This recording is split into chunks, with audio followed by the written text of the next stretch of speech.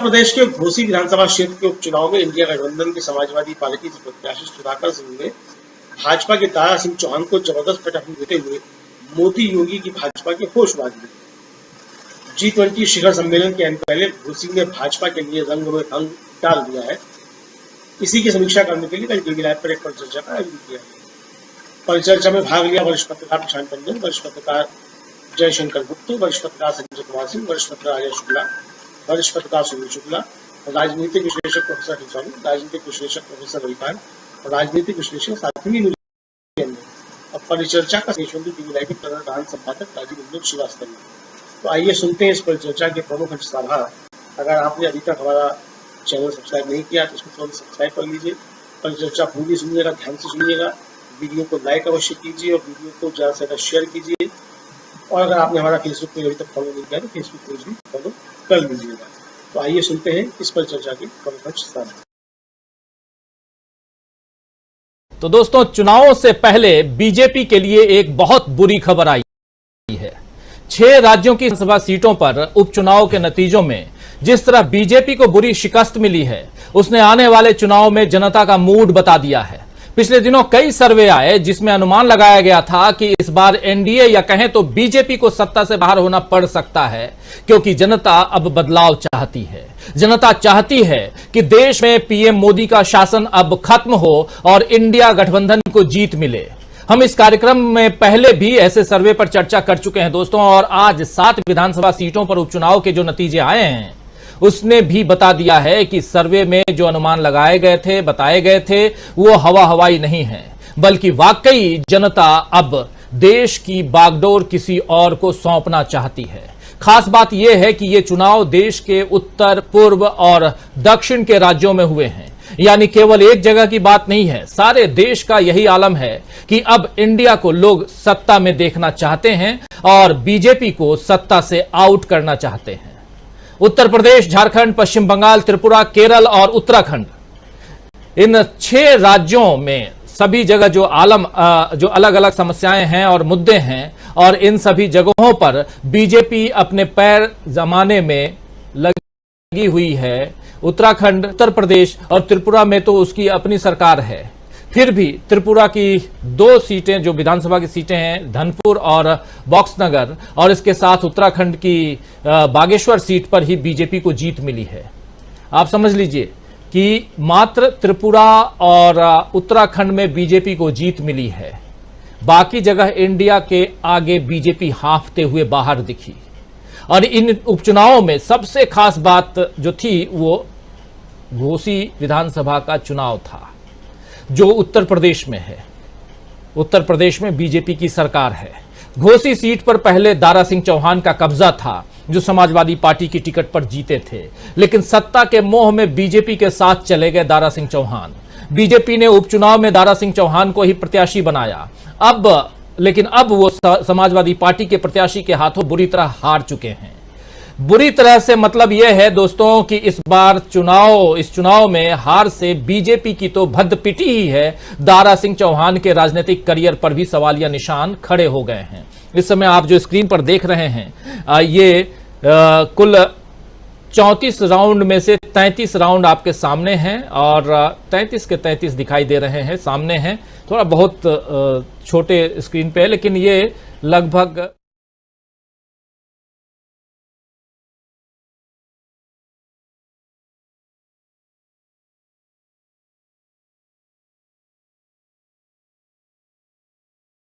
सुधाकर सिंह जो हैं वो आप कह सकते हैं कि जीत चुके हैं, क्योंकि 33 राउंड की काउंटिंग और 33 के 33 राउंड की काउंटिंग यहां हो चुकी है। और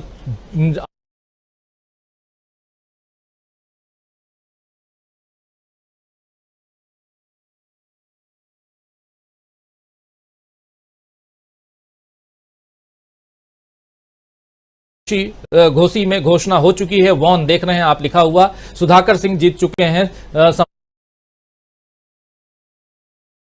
समाजवादी वाली घोसी में पसमंदा मुसलमान काफी संख्या में है दोस्तों, और उन्होंने भी बीजेपी को वोट नहीं देकर बता दिया है कि मोदी चाहे उन्हें लुभाने की कितनी भी कोशिश कर लें, अब मोदी की विश्वसनीयता यानी क्रेडिबिलिटी ऐसी नहीं रह गई है कि वो बीजेपी को चुनाव जिता सकें। योगी सरकार ने और बीजेपी ने घोसी सीट के लिए जी जान लगा दी थी। खासकर अल्पसंख्यकों को लुभाने के लिए जगह जगह प्रबुद्ध सम्मेलन किए, मुस्लिमों के लिए बीजेपी की पॉलिसीज के बारे में बताया, मगर इन सारी कवायद का कोई फायदा बीजेपी को उत्तर प्रदेश के इस घोसी सीट पर नहीं मिला। समाजवादी पार्टी अपनी इस सीट को बरकरार रखने में कामयाब हो गई, और कामयाब ही नहीं हुई है बल्कि इसे इंडिया की बड़ी जीत कहा जा रहा है दोस्तों, क्योंकि अब समाजवादी पार्टी इंडिया गठबंधन का अहम हिस्सा है। घोसी में समाजवादी पार्टी जीती तो उधर झारखंड में झारखंड मुक्ति मोर्चा को जीत मिली है, केरल में कांग्रेस पार्टी को जीत मिली है, और पश्चिम बंगाल में तृणमूल कांग्रेस पार्टी को जीत मिली है। यानी जनता का मैसेज क्लियर है कि अब बीजेपी विपक्ष में बैठे और इंडिया कमान संभालने के लिए आगे आए। इन उपचुनावों को लोकसभा के सेमीफाइनल की तरह भी कहा गया है, क्योंकि लोकसभा में इंडिया विपक्ष के सामने दावेदार बनकर खड़ा हो चुका है। इससे पहले विपक्ष के दल बीजेपी को हराते भी थे तो अकेले अकेले हराते थे, लेकिन इस बार जीत का स्वाद सब मिलकर चख रहे हैं। यह मेलजोल ही इंडिया की ताकत है और बीजेपी को अब इस ताकत का एहसास हो गया है। यह दिलचस्प है दोस्तों कि जिस वक्त उपचुनाव के नतीजे बीजेपी को देश में पिछड़ता हुआ दिखा रहे थे, उसी समय आज दिन भर, ज्यादा दूर जाने की जरूरत नहीं है, बीजेपी के पैर उखड़ते हुए हम दिखा रहे थे उपचुनाव के नतीजों के जरिए। उसी समय मोदी जी दिल्ली में वैश्विक नेताओं की मेजबानी कर खुद को विश्व नेता बनाने की कवायद में लगे हुए हैं। अगले 2 दिन देश के टीवी चैनलों में फिर से मोदी मोदी किया जाएगा, किया नहीं जाएगा, किया जा रहा है कह सकते हैं। किस देश के नेता ने मोदी को गले लगाया है और कैसे सोने चांदी के चढ़े हुए पानी पर, या कहें तो सोने चांदी के प्लेटेड, गोल्ड प्लेटेड और सिल्वर प्लेटेड बर्तनों में मेहमानों को खाना खिलाया गया, कैसे विदेशी मेहमान इंडिया आकर कैसे गदगद हो गए, इसी सब का राग अब इस अगले 2-3 दिनों तक आप सुनने वाले हैं तमाम चैनलों के जरिए। हालांकि इस दौरान मोदी भीतर ही भीतर शायद फिक्रमंद हो रहे होंगे कि घरेलू मोर्चे पर वो कैसे पस्त हो रहे हैं। वैसे भी अब टीवी चैनलों की क्रेडिबिलिटी भी संदिग्ध हो गई है।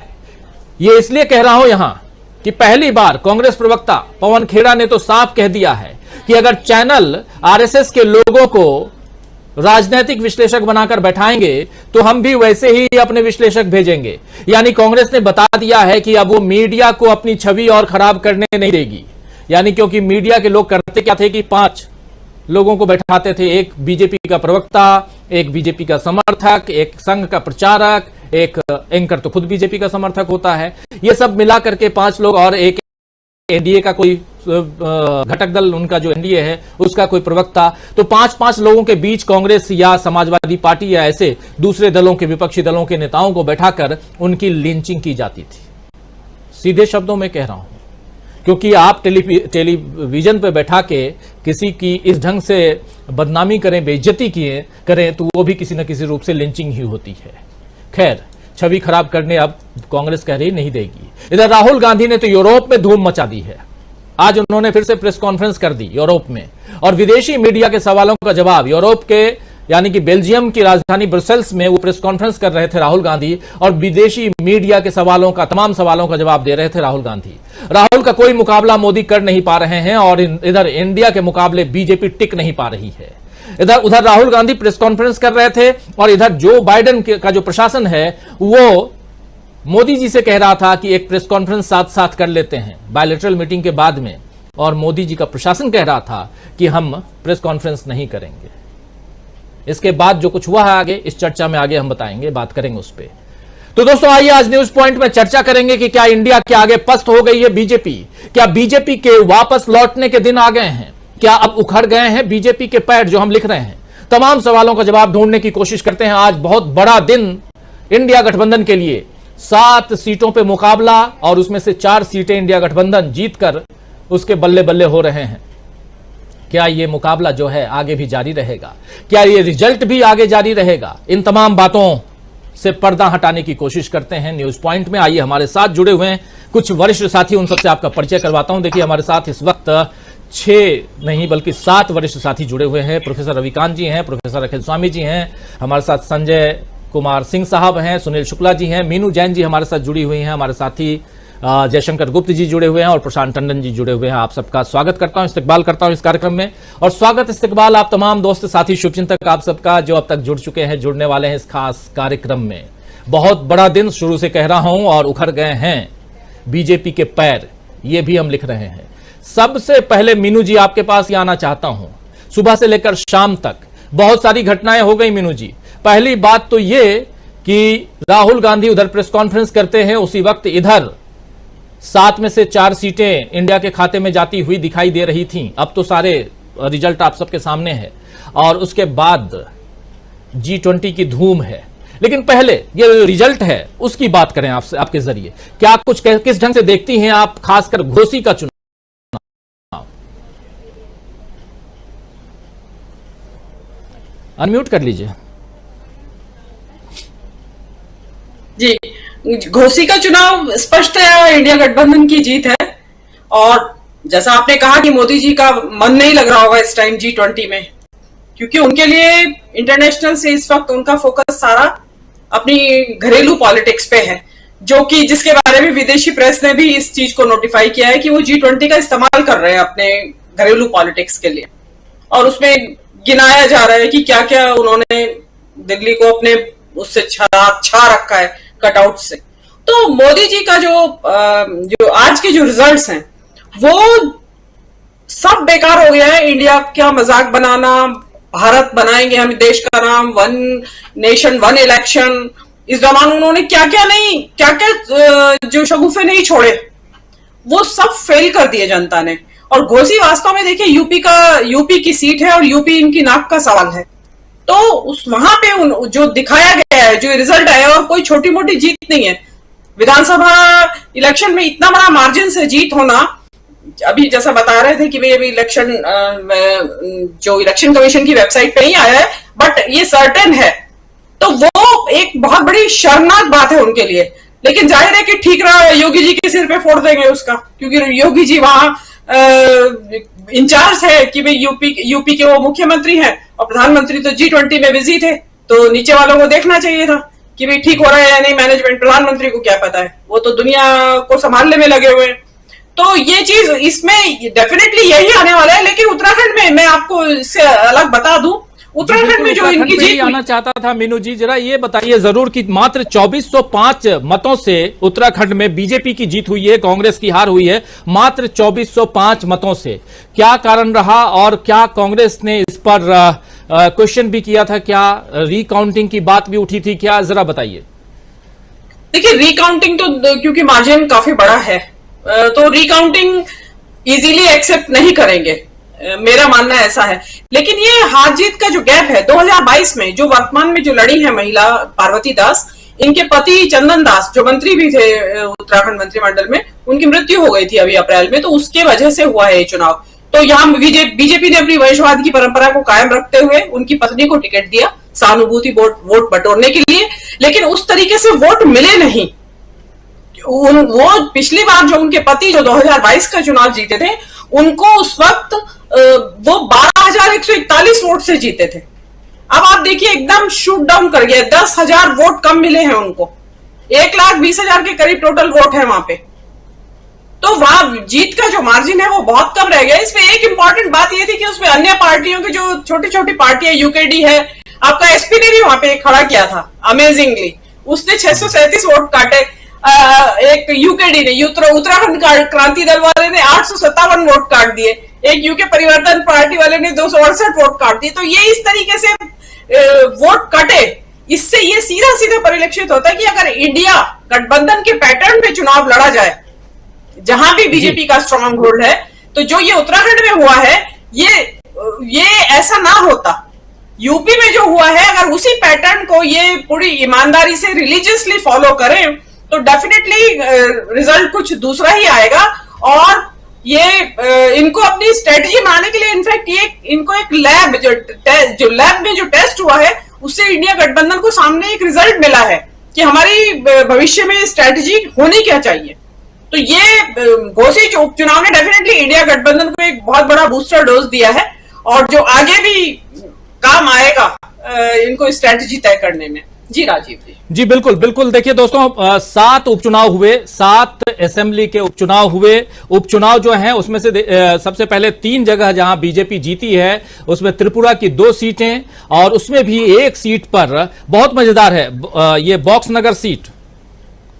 बॉक्सनगर सीट जो है, इसमें भारतीय जनता पार्टी को 30,237 मतों से जीत मिलती है, लेकिन communist party of India CPM को मात्र 3,909 वोट मिलते हैं। और यहां पर सीपीएम ने यहां इस काउंटिंग का बहिष्कार किया। साफ साफ कहना था कि यहां धांधली हुई है, खुलेआम खुले तौर पर धांधली हुई है, क्योंकि कहां 34,000 वोट मिलते हैं भारतीय जनता पार्टी को और कहां 4,000 वोट पाता है ये कैंडिडेट सीपीएम का। तो बड़ी धांधली का आरोप यहां लगाया गया है त्रिपुरा में बीजेपी की तरफ से, बीजेपी पर सीपीएम की तरफ से। तो त्रिपुरा की 2 सीटें और बागेश्वर जो उत्तराखंड है, जिसके बारे में मीनू जैन जी कह रही थी, यहां की 1 सीट, ये मात्र 2 राज्यों की 3 सीटें बीजेपी जीत पाई है, बल्कि बाकी जो हैं 4 राज्यों की 4 सीटें इंडिया गठबंधन के अलग अलग दल जो हैं वो जीत करके अपनी बाजी, यहां सबकी सीटें जो घोषित हो चुकी हैं, सबकी जीत घोषित हो चुकी है। डुमरी झारखंड, यहां पर झारखंड मोर्चा की जीत हुई है, झारखंड मुक्ति मोर्चा की, और घोसी में समाजवादी पार्टी की, और धूपगुड़ी में जो वेस्ट बंगाल में है, यहां पर ऑल इंडिया तृणमूल कांग्रेस की, और उधर केरल के पुथुपल्ली में कांग्रेस पार्टी की। तो ये 4 जीत बहुत बड़ी जीत कहलाती है, छोटी मोटी जीत नहीं है। जरा जल्दी जल्दी आप सबसे एक एक प्रतिक्रिया लेना चाहूंगा। आना चाहता हूं पहले प्रोफेसर अखिल स्वामी जी, कैसे देखा जाए इस 4 बनाम 3 में, और 3 ही नहीं बल्कि 2 कह सकते हैं। देखिए राजीव जी, ये ओवर सिंप्लीफिकेशन है अगर आप इसको 4 बनाम 3 या 4 बनाम 2 कहें। देखिए, जब आप सैंपलिंग करते हैं, एक भगोने के अंदर चावल है, पके नहीं पके, एक दाना निकालते हैं, और जो ये 4 दाने निकले हैं ये बड़े बड़े भगोने के दाने हैं, और जो ये 3 सीट आप निकाल रहे हैं, 3 दाने निकाल रहे हैं, छोटे छोटे भगोने हैं। त्रिपुरा में कितनी सीटें हैं, उत्तराखंड में कितनी सीटें हैं, उत्तर प्रदेश में कितनी सीटें हैं, झारखंड में कितनी हैं, वेस्ट बंगाल में कितनी है, केरला में कितनी है। इसका मतलब यह है एक तरफ 140 सीट का भगोना है और दूसरी तरफ 7 सीट का भगोना है। ये 4:3 मत कहिए। इसका मतलब यह है कि और वोटों में कितना शिफ्टिंग हुआ है ये देखिए आप। अगर दोनों पार्टियों के टोटल वोट्स को काउंट कर लें आप और उनका टोटल कर लें, बताइए कितने की लीड है। अरे उत्तराखंड में तो सीट ही, जैसे मीनू जी ने बताया, 1,00,000-1.25 लाख वोटों की सीट है। और जो हमारी ये घोसी की सीट है, इसमें कितने वोट पड़ते हैं, वेस्ट बंगाल की सीट में कितने वोट पड़ते हैं, केरला की सीट में। तो अगर वोटों में देखेंगे तो पता चलेगा 6 लाख वोट तो मिले हैं इंडिया को और 2 लाख वोट मिले हैं एनडीए को। तो ये एक प्रकार की बिल्कुल क्लीन स्वीप है। और बीजेपी के पैर नहीं उखड़े हैं राजीव जी, ये नफरत के पैर उखड़े हैं। और मैं एक खुलेआम कहता हूं, हम देश के देशभक्त नागरिक के रूप में स्पष्ट है, जो जो नफरत का साथ देगा, जो जो नफरत के साथ रहेगा, जो मोहब्बत के साथ नहीं रहेगा, उसके पैर ऐसे उखाड़ेंगे कि 50 साल जम ना पाए। अगर बीजेपी आज भी मोहब्बत का पैगाम शुरू कर दे, आज भी कहे कि हम सेकुलर हैं, आज भी दलितों को, आदिवासियों को, मुसलमानों से क्षमा मांग ले, हमें बीजेपी से लड़ाई नहीं है, बीजेपी से बैर नहीं, लेकिन मोदी जी खैर नहीं, क्योंकि आप अडानी जी के साथ हैं, क्योंकि आप जी के जो मालिक हैं, जिनके 5,000 करोड़ आपने माफ किए हैं, हम मोदी जी आपके खिलाफ हैं। बीजेपी अटल बिहारी वाजपेयी की भी बीजेपी थी, अडवाणी जी की भी बीजेपी थी। आज की जो बीजेपी है ये देश में नफरत बो रही है, इसलिए इस बीजेपी के हम खिलाफ हैं। और हम इंडिया के साथ इसलिए हैं कि राहुल गांधी मोहब्बत की दुकान खोल रहे हैं। घोसी में एक डिस्ट्रीब्यूटरशिप वहां बट गई है, एक बंगाल में बट गई है, एक झारखंड में बट गई है, केरला में बट गई है। उत्तराखंड में 5 सीटें हैं, अगली बार 3 सीटें इंडिया को मिलेंगी, 2 सीटें एनडीए को मिलेंगी। मीनू जी से पूछ लीजिए मैं सच बोल रहा हूं कि नहीं। आपने फिर भी 2 सीटें दे दी प्रोफेसर अखिल स्वामी जी। अभी तो आप अरे अभी तो 6 महीने नहीं, अभी 8 महीने इलेक्शन के बाकी है, मैं बाद में रिवाइज करूंगा एस्टिमेट। जी जी जी बिल्कुल। थोड़ा हमारे साथी सुनील शुक्ला जी दो स्क्रीन में दिखाई दे रहे हैं, जरा ठीक कीजिए। और आना चाहता हूं प्रोफेसर रविकांत जी आपके पास। रविकांत जी, आप भी देख रहे हैं लखनऊ बैठ करके, और घोसी के इस चुनाव को कैसे देख रहे हैं आप? यहाँ तमाम देखा जाए तो सामाजिक संस्कार जो पूरा का पूरा जो चाहे समाज सोसाइटी की बात हो, सोशल ज्योग्राफी की बात हो, या कुछ और बात हो, जितनी भी चीजें यहाँ हर ढंग से दिखाने बताने की कोशिश की गई बीजेपी की तरफ से, हर वोटर को साधने की कोशिश हुई। और दारा सिंह चौहान आखिर क्या सोच के गए थे बीजेपी में कि किसी भी हाल में हम जीत जाएंगे, या कुछ और था? क्योंकि ये देखिए रिजल्ट जो आया है वो लगभग 43,000 मतों के अंतर से जीतना छोटी मोटी बात नहीं होती, बहुत बड़ी बात है। और इसका क्या पैगाम जाता है दूर दूर तक, बताइए। देश में खास करके अमित शाह जब से प्रभारी बने थे, आपको याद होगा 2014 में, उन्होंने अति पिछड़ा पर अपना फोकस किया था और नॉन जाटो दलित पर फोकस किया था। तो सवर्ण मतदाताओं के अलावा ये दो समुदाय उनके कोर वोटर के रूप में उनके साथ शामिल हो गए थे। उन्होंने 2-3 चुनाव में भारतीय जनता पार्टी का भरपूर साथ दिया। लेकिन जिस बात को मैं कहता रहा हूं कि ये जातियां हिंदुत्व की वजह से वहां नहीं गई थी, वो दरअसल प्रतिनिधित्व की राजनीति या भागीदारी की राजनीति की वजह से गई थी। और इन्हें समाजवादी पार्टी के उस सो कॉल्ड यादववाद के खिलाफ डराया गया था, इनको विभाजित किया गया था। ठीक वैसे ही जो नॉन जाटो गया था बीजेपी के साथ, उसे बीएसपी की जाटववादी, सो कॉल्ड जाटववादी पॉलिटिक्स के खिलाफ उसे भरमाया गया था, उसे डराया गया था। ये जो सोशल इंजीनियरिंग की थी अमित शाह ने, उसके जरिए यहां पर भारतीय जनता पार्टी ने लगातार 4 चुनावों में जीत हासिल की। लेकिन इस समुदाय को मिला क्या उसके बदले? केवल मुखौटों के अलावा उसे कुछ और हासिल नहीं हुआ। आरक्षण से लेकर के रोजगार, ये सारी चीजें उसकी चली गई। शिक्षा भी इतनी महंगी हो गई, और उसका जो स्वास्थ्य का सवाल है वो भी पृष्ठभूमि में चला गया, और मिला वो झोला जिससे वो 5 किलो राशन में लग जाए। और रोज उसका अपमान जो हो रहा था, जो उसका सम्मान छलनी हुआ, वो फिर से विपक्ष की तरफ देखने लगा। लेकिन वो तब तक बीजेपी को नहीं छोड़ता है जब तक कांग्रेस पार्टी उत्तर प्रदेश में राहुल गांधी के मार्फत एक मजबूत स्थिति में आते हुए नहीं दिखती है। मैं ये नहीं कह रहा हूं कि अभी बहुत मजबूत हो गई।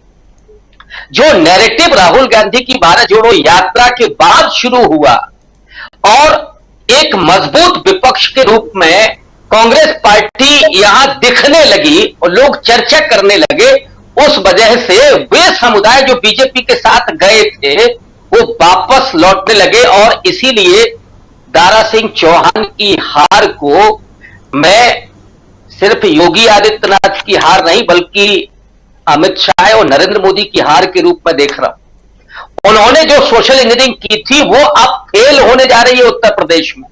और अगर मायावती इंडिया अलायंस के साथ आती हैं, मैं पहले भी कह चुका हूं, फिर कह रहा हूं, पिछले इलेक्शन में जहां बीजेपी को 62 सीटें मिली थी, उत्तर प्रदेश उन्हें 26 पर आकर के सीमित कर देगा। ये पहला साइन है, ये संकेत है कि अति पिछड़ा और दलित वापस लौट रहा है। मायावती ने तो कहा था कि नोटा का बटन दबाए, लेकिन नोटा में उतना वोट नहीं गया है, वोट गया है समाजवादी पार्टी नहीं, इंडिया अलायंस के कैंडिडेट को। और वो इसलिए गया है क्योंकि कांग्रेस ने उसका समर्थन किया था। मैं ये बात दोहरा इसलिए रहा हूं कि जो सपा के साथ कंफर्ट नहीं था, वो कांग्रेस के समर्थन की वजह से कंफर्ट हुआ और यहां गया। तो ये जीत केवल अखिलेश यादव की नहीं है, भी कह रहा हूं, ये जीत वास्तव में इंडिया अलायंस की है। और अगर अखिलेश यादव ने इस बात को समझा और इंडिया अलायंस मजबूत हुआ उत्तर प्रदेश में, तो भारतीय जनता पार्टी के पांवों तले जमीन खिसक जाएगी और यहां से भारतीय जनता पार्टी के उखड़ने को न तो योगी आदित्यनाथ बचा पाएंगे और न ही अमित शाह और नरेंद्र मोदी बचा पाएंगे।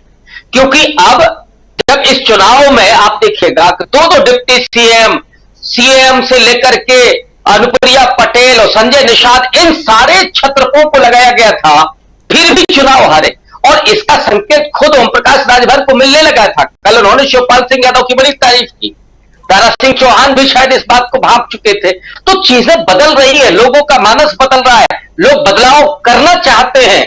बस दिक्कत यह थी कि उस समय उनको एक मजबूत विपक्ष नहीं मिल रहा था, अब मिल गया है, इसीलिए ये परिणाम आया है और ये आगे आने वाले परिणामों का भी संकेत है।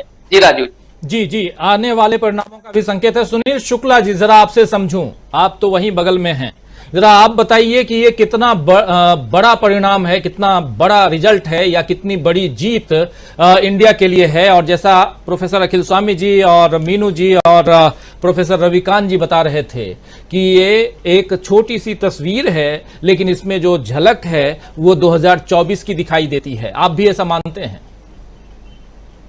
धन्यवाद राजीव जी। यह तस्वीर छोटी नहीं है। खतौली की छोटी सी तस्वीर घोसी में बहुत बड़ी हो गई है। और अगर आंधी में कोई पेड़ अपने आप जड़ से न उखड़ पावे तो उसकी ताकत का अंदाजा लगना चाहिए। घोसी कभी भी भारतीय जनता पार्टी की सीट नहीं रही है आज तक के संसदीय इतिहास में। 2019 के उपचुनाव को छोड़ करके भारतीय जनता पार्टी का उम्मीदवार कभी वहां से चुनाव नहीं जीता। भारतीय जनता पार्टी का खाटी नेता फागु चौहान जो वहां जीते हैं, फागु चौहान लोकदल के नेता रहे हैं। 1985 में लोकदल के उम्मीदवार के रूप में उन्होंने चुनाव जीत दर्ज की थी। उसके बाद भारतीय जनता पार्टी ने उनको तोड़ करके अपने साथ मिलाई और उसके बाद भारतीय जनता पार्टी के उम्मीदवार के रूप में उन्होंने चुनाव जीता। वही प्रयोग वो कर रही थी दारा सिंह चौहान के साथ कि समाजवादी पार्टी से तोड़ करके ले आइए और इनको चुनाव जिता लीजिए। लेकिन समाजवादी पार्टी ने अपने इस गढ़ को बचाए रखने में सफल ही नहीं हुई, अपने किले के साथ अन्य लोगों को भी जोड़ लिया। 2022 का चुनाव समाजवादी पार्टी केवल 42% वोट के साथ जीती थी। इस बार का चुनाव 57% से अधिक मतों के साथ जीती है और भारतीय जनता पार्टी और समाजवादी पार्टी के उम्मीदवार के बीच में 20% मतों का अंतर है। यह बताता है कि समाजवादी पार्टी ने अपने खेमे को बचाए रखा बल्कि जोड़ा। और जो इंडिया दल समूह जो बना हुआ है, इस इंडिया दल समूह की प्रासंगिकता और तरीके से साबित हुई। गोया कि आप ये देख लीजिए कि जितने भी लोग मतदाताओं ने इसको बताया कि एक उम्मीदवार जो भारतीय जनता पार्टी को चुनौती देता हुआ दिखाई पड़ेगा, लोग उसके साथ जाएंगे।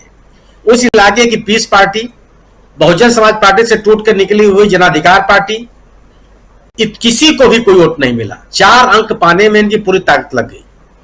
नोटा जिसके लिए अपील किया था बहुजन समाज पार्टी ने कि या वोट देने के लिए मत निकलिए और या तो जाइए तो नोटा को वोट दीजिए, 4 अंक पहुंचने में नोटा का भी दम उखड़ गया और 57% से अधिक मत पाकर के इंडिया दल समूह का उम्मीदवार चुनाव जीत गया। यह जो बड़ी तस्वीर बन रही है खतौली के बाद घोसी में आकर के, यह एक बड़ा संदेश है। संदेश इस बात का है कि भारतीय जनता पार्टी की जो ध्रुवीकरण की राजनीति है उसको लोग स्वीकार करने के लिए तैयार नहीं है। भारतीय जनता पार्टी अगर गवर्नेंस की बात नहीं करेगी तो लोग उसको अस्वीकार करेंगे। अगर जो सामाजिक न्याय की बात कर रहे हैं इंडिया दल समूह के लोग, वो प्रभावी होगी। और जो बहुजन समाज पार्टी का एक बना हुआ था ये कि बहुजन समाज पार्टी के लोग बहुजन समाज पार्टी को छोड़ के जाने में उनको सुविधा होगी, यह कंसेप्ट एकदम खारिज हो गया। तीसरी चीज ये बात खारिज हुई कि जातियों के नाम पर जो राजनीतिक दल चल रहे हैं उसको भी जनता स्वीकार नहीं कर रही है। चाहे ओम प्रकाश राजभर को देख लीजिए, चाहे ओम प्रकाश निषाद को, संजय निषाद को देख लीजिए, चाहे महान दल को देख लीजिए, सब के सब चिथड़े उड़ गए, कोई पूछने वाला नहीं है। जो अपना दल अनुप्रिया जी का खैर वहां बहुत असर नहीं है, लेकिन वे भी जाकर के प्रचार की, किसी को भी जनता ने नहीं सुना और वो मतदान एकदम एकत्रित होकर के लोगों ने इंडिया दल समूह के साथ वो लोग चले गए। एक बड़ी तस्वीर बन रही है। तस्वीर वही बन रही है कि अगर भारतीय जनता पार्टी को आप गंभीरता से चुनौती देंगे, जो गलती किया था आजमगढ़ के उपचुनाव में और रामपुर के उपचुनाव में अखिलेश यादव ने, अगर वह गंभीरता उन्होंने उस समय भी दिखाई होती तब परिणाम यही आते जो आज आपको दिखाई पड़ रहा है। तमाम सरकारी तंत्र के द्वारा यह कोशिश की गई कि जो समाजवादी पार्टी के या भाजपा के विरोधी मतदाता हैं वो न निकले। तरह तरह की बातें की गई, तरह तरह की बातें निकली। किसी ने कहा कि उनका मतदान पहचान पत्र छीन लिया गया, किसी को रोक लिया गया, कहीं वोट देने से मना किया गया। बावजूद इसके लोग इन नेताओं के साथ जो संघर्ष करते हुए दिखे, लोग निकले, मतदान किए और भारतीय जनता पार्टी को हरा दिया। यह इस बात का संकेत है कि अगर आप मिलकर लड़ेंगे तो सत्ताधारी दल को आप चुनौती दे सकते हैं। अगर आप विकल्प लोगों के सामने प्रस्तुत करेंगे तो जनता उस विकल्प को स्वीकार करने के लिए तैयार है। यह इस बात का संकेत है कि अगर आप मुद्दों के साथ जुड़े रहेंगे तो जनता भी आपके साथ जुड़ी रहेगी। जी बिल्कुल, मुद्दों के साथ। घोसी की बात हम जब कर रहे हैं तो जयशंकर जी से बेहतर और कोई नहीं बता सकता है, क्योंकि ये वहीं के रहने वाले हैं। उस हिसाब से भी जयशंकर जी, घोसी कितना इंपॉर्टेंस रखता है देश की राजनीति में आज की तारीख में, जरा आपका नजरिया इस पे। और सबसे बड़ी बात कि इंडिया गठबंधन की जो जीत है, एक नहीं 4 राज्यों में जो जीत है, वो 2024 के दरवाजे तक कितनी जल्दी और किस ढंग से पहुंचता हुआ आपको दिखाई देता है?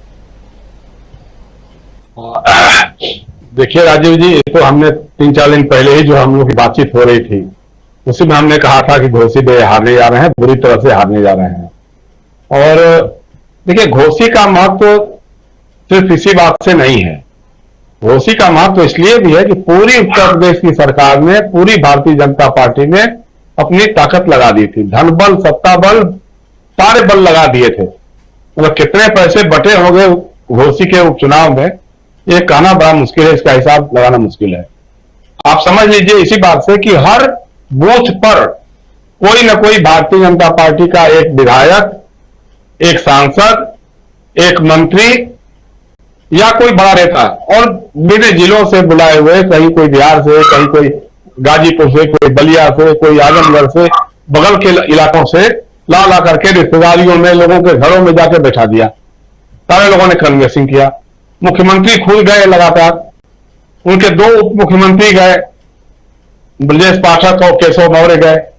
वहां हमारे यहां थोड़े बहुत कुर्मी भी हैं घोसी में, तो इसलिए अनुप्रिया पटेल को बुलाया गया। स्वतंत्र देव सिंह जो मिनिस्टर हैं, जो भाजपा के अध्यक्ष भी थे पहले, वो वहां जाकर के डेरा डाले रहे। एके शर्मा जो वहीं के हैं और मोदी जी के आंख के तारे कहे जाते हैं, जो पीएमओ में थे पहले, उनकी ड्यूटी पूरी की पूरे चुनाव भर में वहीं लगी रही। ये सारे लोग लगे थे। और सबसे बड़ी बात, जो पलटी मारने का इतिहास रहा है ओम प्रकाश राजभर का, वो बोलेपन के साथ पूरी तरह जमे रहे, पैसा बांटते रहे, शराब बंटवाते रहे, सब कुछ किया उन्होंने। लेकिन इन सब चीजों के बावजूद ये चुनाव लोग हार गए, और बहुत बुरी तरह से हार गए। 42,000-45,000 वोटों का जो डिफरेंस है वो मामूली बात नहीं है। समाजवादी पार्टी के लिए देखिए एक बात और है, जैसे अभी हमारे मित्र कह रहे थे, रविकांत भी कह रहे थे, देखिए कांग्रेस का कोई जनाधार कम से कम मऊ जिले में नहीं है, घोसी में तो कतई नहीं है। पिछले जो उपचुनाव हुआ था 2022 के पहले जो उपचुनाव हुआ था, उसमें कांग्रेस ने एक राजमंगल यादव जी को चुनाव लगा दिया था, तो वो कुछ यादवों का वोट उन्होंने काट लिया था। 8 या 10 हजार उनको वोट मिला था। उसी से सुधाकर सिंह 2000 वोट से हार गए थे वो चुनाव, जिसमें फागू चौहान जीते थे। तो ऐसा नहीं है, लेकिन यह है कि अपील हो गई, चूंकि ज्वाइंट हो गया, एक साथ मिल करके सारे लोग लग गए। कांग्रेस भी आ गई, ये अपना समाजवादी पार्टी थी ही थी। अखिलेश यादव ने कैंपेन किया, ये सबसे बड़ी बात थी। 2022 के पहले जो उपचुनाव हुआ था उसमें अखिलेश यादव नहीं गए थे। उसमें हम लोगों ने महसूस किया था, उस समय भी कहा था कि भाई अगर अखिलेश आ गए होते तो सुधाकर सिंह हारते नहीं, और अखिलेश अगर चले गए होते तो आजमगढ़ का संसदीय उपचुनाव भी नहीं हारे होते, वो भी 4-5 हजार वोटों से हार गए। लेकिन उस समय वो ट्विटर और बंद कमरों, ऐसी कमरों की राजनीति जो हावी होती थी, तो उसके चलते ये हुआ। लेकिन इस बार वो आए, और सबसे बड़ी बात कि शिवपाल सिंह यादव लगातार पूरे कैंपेन में लगे रहे, जुटे रहे, कार्यकर्ताओं से, लोगों से मिलते रहे। इसका एक मैसेज चला गया। और दूसरा ये कि उन्होंने अंदर खाने जो समझा दिया लोगों को कि भाई देखो, रामपुर का चुनाव हम लोग इसलिए हारे, दोनों चुनाव, वहां के उपचुनाव, क्योंकि वहां लोगों को वोट डालने नहीं दिया गया। प्रशासन ने, पुलिस ने लोगों को रोक रखा था। तो यहां पर ऐसी स्थिति नहीं होने पाई। यहां लोगों ने तैयारी कर ली थी कि हम मरेंगे चाहे कटेंगे, जो भी होगा, लेकिन बूथ तक तो जाएंगे। तो पुलिस थी, पीएससी थी, पूरा सुरक्षा बल था। लेकिन उसके बावजूद, हालांकि निकलते और ज्यादा निकलते तो ये चुनाव 80,000, 90,000 से जीत की बात होती। लेकिन जितने लोग भी निकले, हमने उस दिन जब मतदान हो रहा था तो हमने लोगों से पूछा था, तो उन्होंने कहा कि सर वहां दहशत है, आतंक है, लेकिन मतदान बूथ पे किसी को रोका नहीं जा रहा है। तो इस मामले में थोड़ा सा यही कह सकते हैं कि आदित्यनाथ जी उस ढंग से नहीं लगे रहे जिस ढंग से त्रिपुरा में माणिक शाह लग गए, कि पूरे प्रशासन को लगा करके बूथ कैप्चरिंग, बूथ लीगिंग सब कुछ करा लिया। यहां कम से कम योगी ने शायद हो सकता है कि उनकी इच्छा के विरुद्ध उनको गालियां देने वाले ओम प्रकाश राजभर मेन प्रचारक हो गए, उनको गालियां देने वाले दारा सिंह चौहान पलटी मार चुनाव लड़ गए, उनको गालियां देने, उनके खिलाफ रणनीति करने वाले AK शर्मा तो प्रधानमंत्री मोदी जी के कैंडिडेट बनकर के वहां रहे। तो इसको लेकर के कहीं ना कहीं प्रदेश सरकार में भी रही बात जरूर रही आदित्यनाथ के दिमाग में भी कि चलो एक ही तीर से कई निशाने सज जाएंगे। तो 3 लोगों तो कम से कम 3 लोगों का तो खेल कर दिया उन्होंने। अब जो भी हो इतना किया, क्योंकि उनके ऊपर भी तो जाएगा ही कि सरकार तो उन्हीं की है ना, सरकार तो उन्हीं की हालत। दूसरी बात आप एक देखिए कि पश्चिम बंगाल का जो चुनाव हुआ है उपचुनाव, उसमें भारतीय जनता पार्टी से तृणमूल कांग्रेस ने सीट छीनी है। यह अपने आप में एक और बड़ी बात है कि बीजेपी के खिलाफ एक जो जनमानस तैयार हो रहा है, राष्ट्रीय स्तर पर जो तैयार हो रहा है, वो कहीं ना कहीं असरदार हो रहा है। और अब लोगों को लगने लगा है कि भाई ये इंडिया अलायंस जो है ये विकल्प की राजनीति दे सकता है, ये जो है ये भारतीय जनता पार्टी और उसकी राजनीति के। और दूसरा, स्वामी जी से थोड़ी बात मैं असहमति दर्ज करूंगा कि मोदी जी से बैर और भाजपा से बैर नहीं, ऐसी कोई बात नहीं है। भाजपा ही है जो मोदी से करवा रही है, भाजपा और राष्ट्रीय स्वयंसेवक संघ ही है जो मोदी से करवा रही है। अडानी से मोदी की दोस्ती रही होगी ठीक है, लेकिन राष्ट्रीय स्वयंसेवक संघ चाहता या भारतीय जनता पार्टी के लोग चाहते तो कहते मोदी जी बहुत हो गया, अडानी प्रेम बंद करिए। लेकिन किसी ने कहा नहीं, सबको मलाई वहीं से मिल रही है, इसलिए उसमें कहीं कोई दो राय नहीं है। जो सांप्रदायिकता की बात करता है, जो फासीवाद की बात करता है, जो मनुवाद की बात कर रहा है, रहेगा, हमेशा रहेगा। उसमें मोदी जी या उसमें भाजपा के लोग, उसमें कोई फर्क नहीं हो सकता है, ये कोई बात ही नहीं है। तीसरा सवाल यह है कि जो इशूज हैं अब इमर्ज होकर आने लग गए हैं। जिन इशूज को राहुल गांधी ने भारत जोड़ो यात्रा में उठाया, चाहे वो महंगाई का सवाल हो, चाहे वो बेरोजगारी का सवाल हो, चाहे समाज में बड़े पैमाने पर नफरत का जहर घोलने की राजनीति हो, उसके खिलाफ लोग अब धीरे धीरे समझने लगे हैं। रविकांत से थोड़ा सा इस बारे में भी असहमति जताऊंगा मैं कि अति पिछड़ी जातियां पूरी तरह से अभी भाजपा से अलग नहीं हुई है, क्योंकि दारा सिंह चौहान को चौहानों का और बहुत मिला है घोसी में, और राजभरों का भी बड़ा मिला चंक मिला है। अभी जो मतिभ्रम है वो टूटा नहीं है, उसके लिए लोगों को मेहनत करनी पड़ेगी। अभी भी ये बात है लोगों के दिमाग में कि साहब हमारा हिस्सा जो है यादव मार ले गए, कुर्मी मार ले गए, या हमारा दलित समाज का हिस्सा जो है जाटव चमार मार ले गए, वो अभी भी मन में उनके है। और आरएसएस जो है उनका कनफुकवा तंत्र लगातार इस बात को प्रचारित करने में लगा हुआ है। तो उसके लिए थोड़ा सा और अभी काम करना पड़ेगा। उस काम के बाद ही अगर लोगों को बचिए, कांवड़ यात्रा में सबसे अधिक कांवड़ यात्री कौन होंगे? ओबीसी और दलित समाज के लोग होंगे। जितने ये जुलूस निकले, रामनवमी का जुलूस या शोभा यात्रा नूह में भी जो रहा, कौन है ये? कौन मोनू मनेसर है? वो यादव है। एक दूसरा जो था कौन बजरंगी है? वो लोहार है। तो इन लोगों को इन्होंने पकड़ करके सामने रखा है। तो लोगों को समझाना होगा भाई, किसी ब्राह्मण, किसी ठाकुर को, किसी भूमिहार को देखा है क्या कांवड़ यात्रा ले जाते हुए या शोभा यात्रा के जुलूस का नेतृत्व करते हुए? ये बातें लोगों के दिमाग में नहीं समझ पाएंगे। और समझाना होगा कि भाई ये राष्ट्रीय स्वयंसेवक संघ और भाजपा दलित और ओबीसी आदिवासी महिलाओं के हितों के विरुद्ध हैं। चाहे कितनी बातें करते रहें, वो उनके हितों के विरुद्ध हैं और विरुद्ध ही रहेंगे। तो उनकी राजनीति को पस्त करने के लिए सामाजिक न्याय, धर्मनिरपेक्षता की राजनीति कारगर हो सकती है। और इस काम को इंडिया अलायंस और राहुल गांधी के नेतृत्व में किया जा सकता है। जी बिल्कुल, इंडिया अलायंस के कारण ही आज 4 राज्यों में जीत मिली है। इंडिया अलायंस की जीत है और ये बहुत बड़ी जीत है। घोसी की बात हम सुबह से लगातार इसलिए कर रहे हैं क्योंकि ये उत्तर प्रदेश है। उत्तर प्रदेश में बीजेपी की डबल इंजन की सरकार है।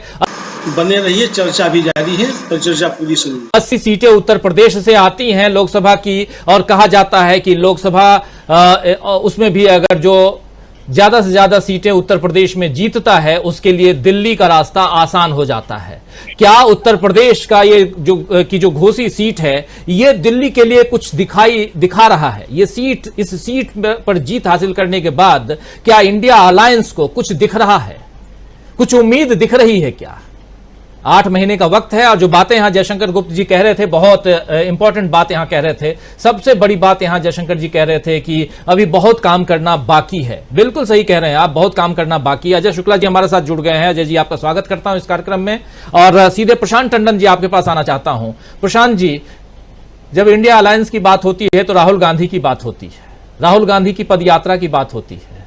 और कल ही पदयात्रा की वर्षगांठ कांग्रेस पार्टी ने मनाई है। 1 साल पूरे हुए और राहुल गांधी, जैसे गांधी जी आजादी के समय कहीं और थे, वैसे राहुल गांधी अपनी पहली वर्षगांठ पे कहीं और दूर, हिंदुस्तान से 7 समंदर दूर कहीं और ब्रसेल्स में लोगों से मिल रहे थे। और वहां भी मणिपुर की चिंता कर रहे थे। वहां उस मीटिंग में जो member of parliament, European parliament के जो मेंबर्स हैं, उनसे जो मुलाकात उनकी हुई है, मीटिंग्स हुई हैं, उसमें मणिपुर की चिंता हो रही थी।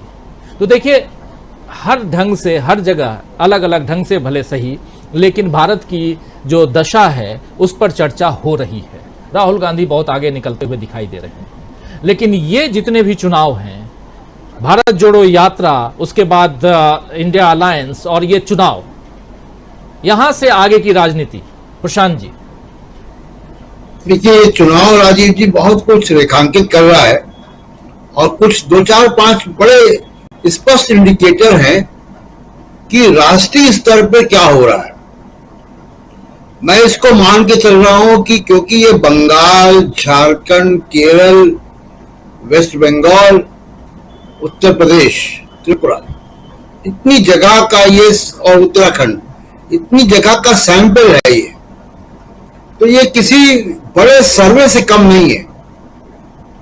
और ये एक इंडिकेशन दे रहा है। इंडिकेशन ये दो दे रहा है राजीव जी कि नफरत की राजनीति, हिंदू मुसलमान, ये मीडिया 24 घंटे का, इसकी बात अब नहीं सुनी जा रही है या इसमें कमी आ रही है। लोग अब इससे आकर्षित नहीं हो रहे हैं, लोग तंग आ गए। लोग इस बात से भी तंग आ गए कि रोज नई हेडलाइन आ जाती है और लोग इस बात को पहचान रहे हैं कि ये मुद्दों से, रोजगार के मुद्दों से, महंगाई के मुद्दों से, देश के विकास के मुद्दों से भटकाने के लिए ये हेडलाइन आती है। इस बात को लोग अब समझ रहे हैं। मैं घोसी और वेस्ट बंगाल, 2 चुनाव बहुत महत्वपूर्ण है इसमें, और दोनों में कई 100 किलोमीटर का अंतर है। लेकिन उसके बाद भी बहुत महत्वपूर्ण इसलिए है कि जैसा जयशंकर जी ने बताया कि वेस्ट बंगाल की सीट, पश्चिम बंगाल की धूपगुड़ी की सीट तृणमूल कांग्रेस ने बीजेपी से छीनी है। यह एक इंपॉर्टेंट इंडिकेटर है। और दूसरा इंडिकेटर घोसी से आता है। देखिए, 42-43 हजार वोट की जीत, जबकि योगी आदित्यनाथ मुख्यमंत्री, डिप्टी मुख्यमंत्री, मंत्री, पूरा अमला, दिल्ली के लोग, सारे लोग वहां कैंप कर रहे हो, पूरा सरकारी अमला लगाया हो गया। मीडिया, सनातन धर्म, इंडिया, भारत, 1 नेशन 1 इलेक्शन, 200 रुपए एलपीजी में कम, ये सब कुछ चल रहा है। इसके भी चुनाव हुआ है और उसमें अगर 43,000 की जीत आई है तो स्पष्ट तौर पे मानिए राजीव जी कि ये लोकल फैक्टर नहीं है। 2-4 हजार की जीत होती तो मैं कहता कि हाँ लोकल फैक्टर है।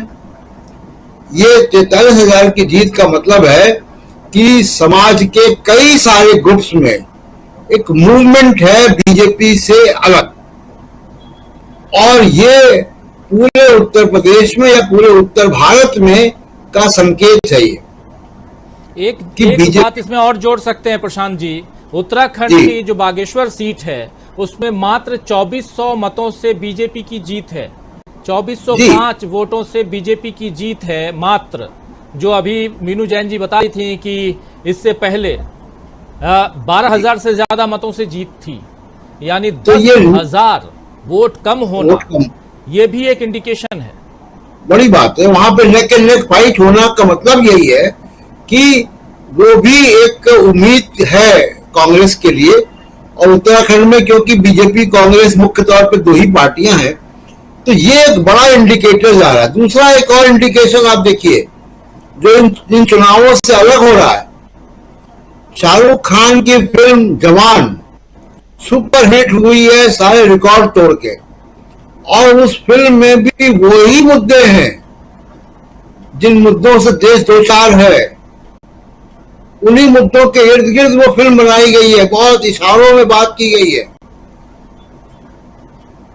तो ये सारे संकेत जा रहे हैं कि जो विपक्ष या जो गैर भाजपा राजनीति या सेकुलर खेमा जो थोड़ा हतोत्साहित था तमाम हथकंडों से कि मीडिया है, चुनाव आयोग भी निष्पक्ष नहीं है, सरकारी तंत्र भी है, सीबीआई, इनकम टैक्स, ईडी भी है, विपक्ष के नेता चुप हो जाते डर के मारे, उसके बावजूद भारत जोड़ो यात्रा ने इस पूरे पानी में हलचल पैदा कर दी, एक बड़ा पत्थर मार दिया।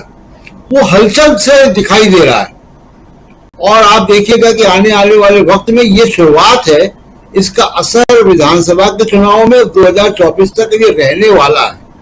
तो बहुत सारे जो चीजें हैं, हथकंडे हैं, वो काम नहीं आएंगे। और बीजेपी को जो बहुत सारे हमारे मित्र कह रहे हैं, देखिए बीजेपी अपनी राजनीति को बदल नहीं सकती, मोदी साहब बदल नहीं सकते। अभी G20 का सम्मेलन है, बाइडेन साहब अभी 7 डेज को वहां पे होंगे प्रधानमंत्री निवास में। अमेरिकन मीडिया को सवाल पूछने की इजाजत नहीं मिली जी। 5-6 उनके अधिकारियों ने, व्हाइट हाउस के अधिकारियों ने बार बार मिन्नतें की। और शर्म की बात यह है कि हमारे मेहमान अमेरिका के राष्ट्रपति जो बाइडेन को प्रेस कॉन्फ्रेंस वियतनाम में करनी पड़ रही है, अपने अमेरिकन मीडिया के दबाव में वो प्रेस कॉन्फ्रेंस भारत में नहीं कर पा रहे हैं क्योंकि इजाजत नहीं मिल रही है। तो ये मोदी साहब बदल पाएंगे अपनी राजनीति, अपने तरीके, मुझे लगता नहीं जी। बिल्कुल। तो इसके संकेत बड़े स्पष्ट हैं कि 2024 में क्या होने जा रहा है। जी बिल्कुल, 2024 में क्या कुछ होने जा रहा है उसकी एक झलक आज जो 7 असेंबली के चुनाव के रिजल्ट आए हैं, उपचुनाव के रिजल्ट आए हैं, उससे आपको समझ में आ रहा होगा दोस्तों कि क्या कुछ होने जा रहा है 2024 में, उसकी एक झलकी।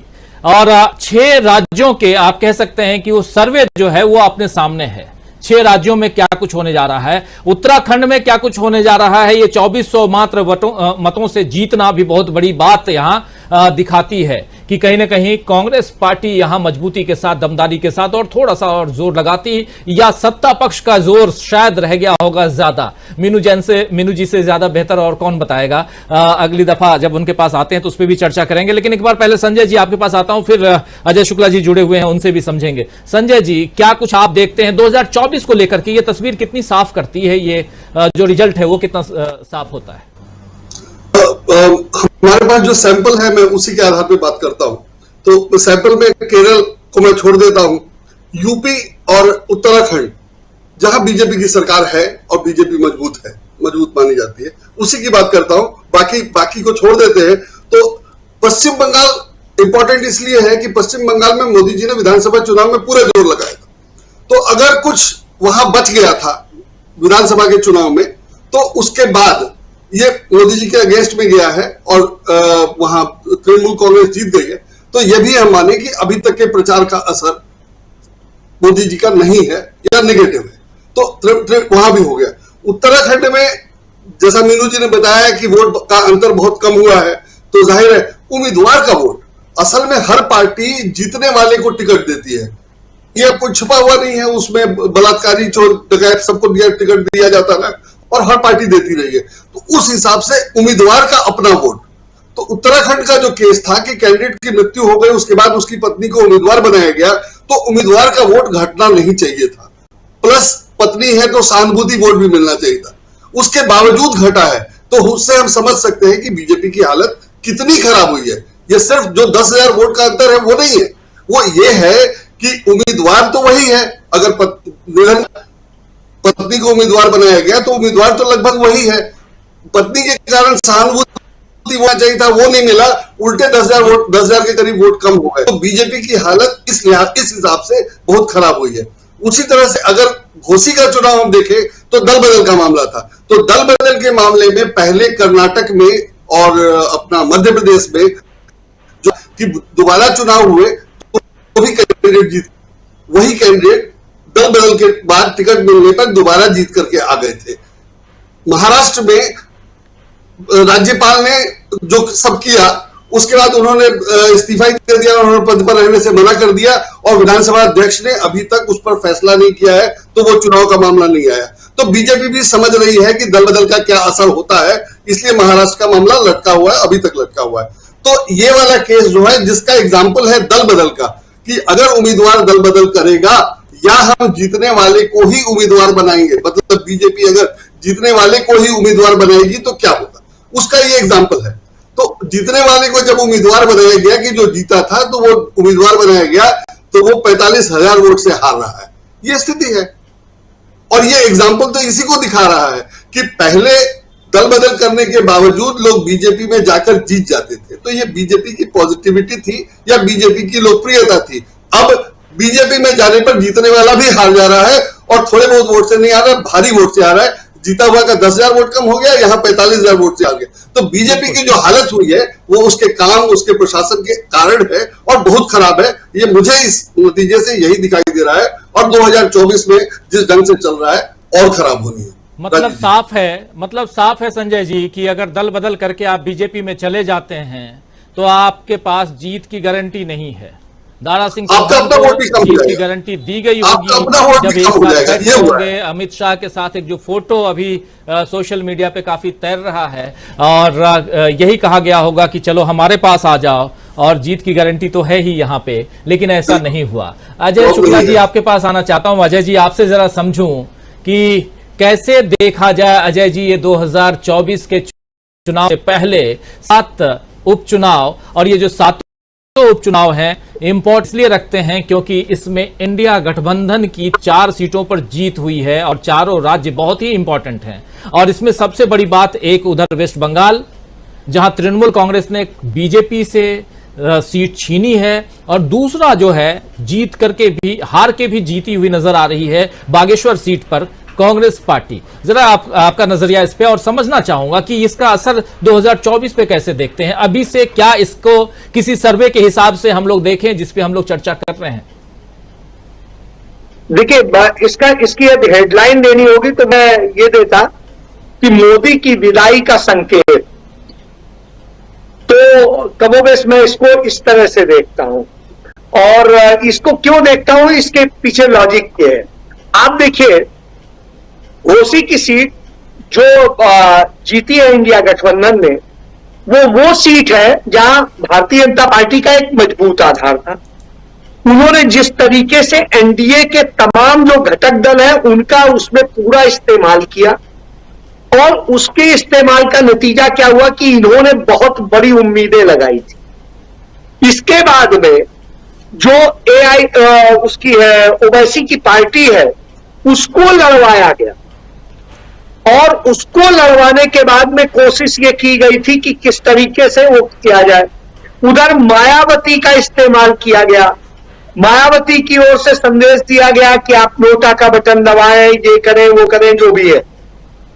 इससे आप ये समझिए, दलित मतदाता हो या मुस्लिम मतदाता हो या भूमियार मतदाता हो, जो भाजपा का बड़ा भारी वोटर बन गया था, वो सब आज दिखाई दिया है इंडिया गठबंधन के साथ। और क्यों दिखाई दिया? वो सपा के साथ हो सकता है ना आता, लेकिन उसे इंडिया गठबंधन पर यकीन है, और इंडिया गठबंधन के कारण वो इतना आया कि 47,000 से अधिक मतों से इंडिया गठबंधन के समाजवादी पार्टी के उम्मीदवार वहां से जीते।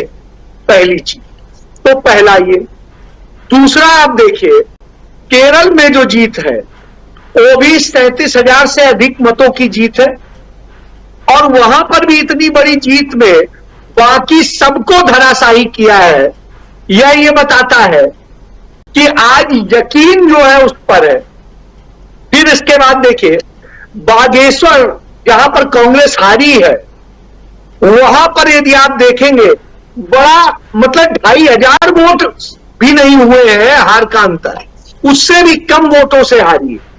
यानी जो पिछली बार का वहां की स्थिति थी और आज की स्थिति है, उसके अंतर को आप देखिएगा, उस दृष्टिकोण से आप देखेंगे तो आज कांग्रेस या इंडिया गठबंधन जो भी कहे वो बहुत बढ़त के साथ खड़ा है।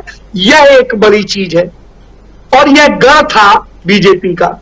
इसके बाद आइए आप टीएमसी जीती है पश्चिम बंगाल में, और टीएमसी के बाद में जो स्थिति है भारतीय जनता पार्टी और उसके बीच का अंतर भी पूरी तरीके से भारतीय जनता पार्टी को नकारने जैसा है।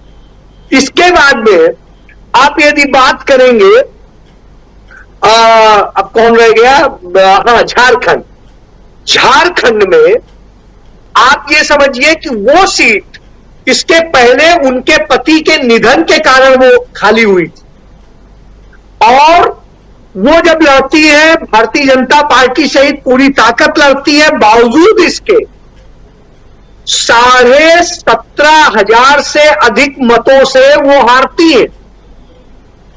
और इस पोजीशन में जब आती है तो यह बता रहा है कि इंडिया गठबंधन जीता ही नहीं है 4 सीट, 7 में से 4 सीट नहीं, सिर्फ जीता नहीं है, उसने एक बड़ा कैनवास तैयार किया है और उसने वो तस्वीर दी है कि आने वाले वक्त में आपने सत्ता और दूसरों की मदद से, सबको ही जानता है वो 2,500 वोट ये जो है मैनेज कर सकते हैं।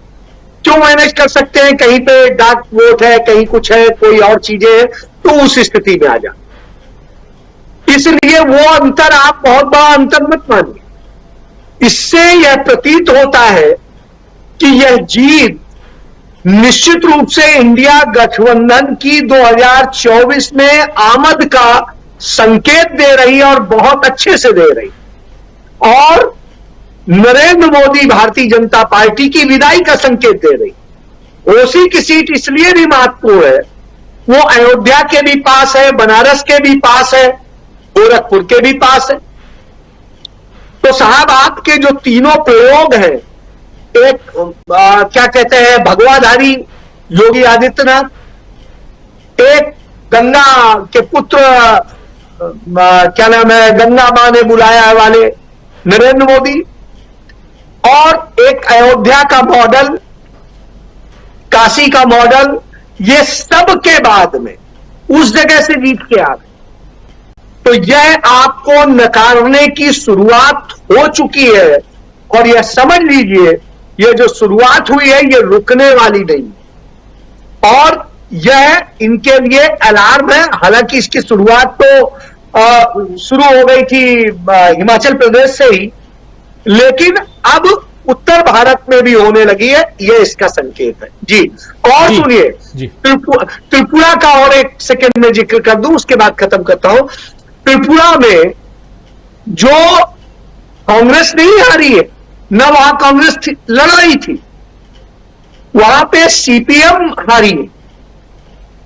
तो ऐसी स्थिति में जो कम्युनिस्ट पार्टी वहां हारी है, तो उसमें उनके बीच की लड़ाई थी और उसलिए हारी। वहां का प्रयोग पहले से जिस तरह से चल रहा था, इसलिए उसमें कहीं नहीं कर सकते। वहां पर जिस तरीके से भारतीय जनता पार्टी और उन लोगों ने एक पूरी मशीनरी का इस्तेमाल किया, वो भी वहां दिखाई देता है।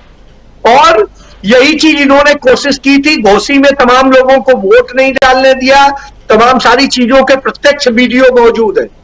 उसके बाद ये हालत है जी बिल्कुल। तमाम 7 सीटों पर कहां क्या कॉम्बिनेशन रहा, कैसे जीत हार हुई और कैसे वहां तैयारियां की गई, ये तमाम बातें यहां अजय शुक्ला जी बता रहे थे। मीनू जी, एक बार आपके पास फिर से आना चाहता हूं, और जरा बागेश्वर सीट 2400, उस पर आपकी पहली प्रतिक्रिया में आप बता चुकी हैं, लेकिन ये कितना रिफ्लेक्ट करता है आने वाले समय में जब 5 सीटों पर उत्तराखंड में चुनाव होंगे? 5 सीटें हैं उत्तराखंड में लोकसभा की, और कितना रिफ्लेक्शन यहां से हम देखते हैं, कितना इस पर इसका इंपॉर्टेंस रह जाता है बागेश्वर सीट का? क्या हम ये माने कि भारत जोड़ो यात्रा के बाद, इंडिया अलायंस के बाद देश की सियासी तस्वीर बदल चुकी है, और उस तस्वीर में ये जो 7 सीटें हैं जिसके रिजल्ट अपने अपने हिसाब से आए हैं, वो बहुत ज्यादा इम्पैक्ट डालने वाले हैं, ये माना जाए?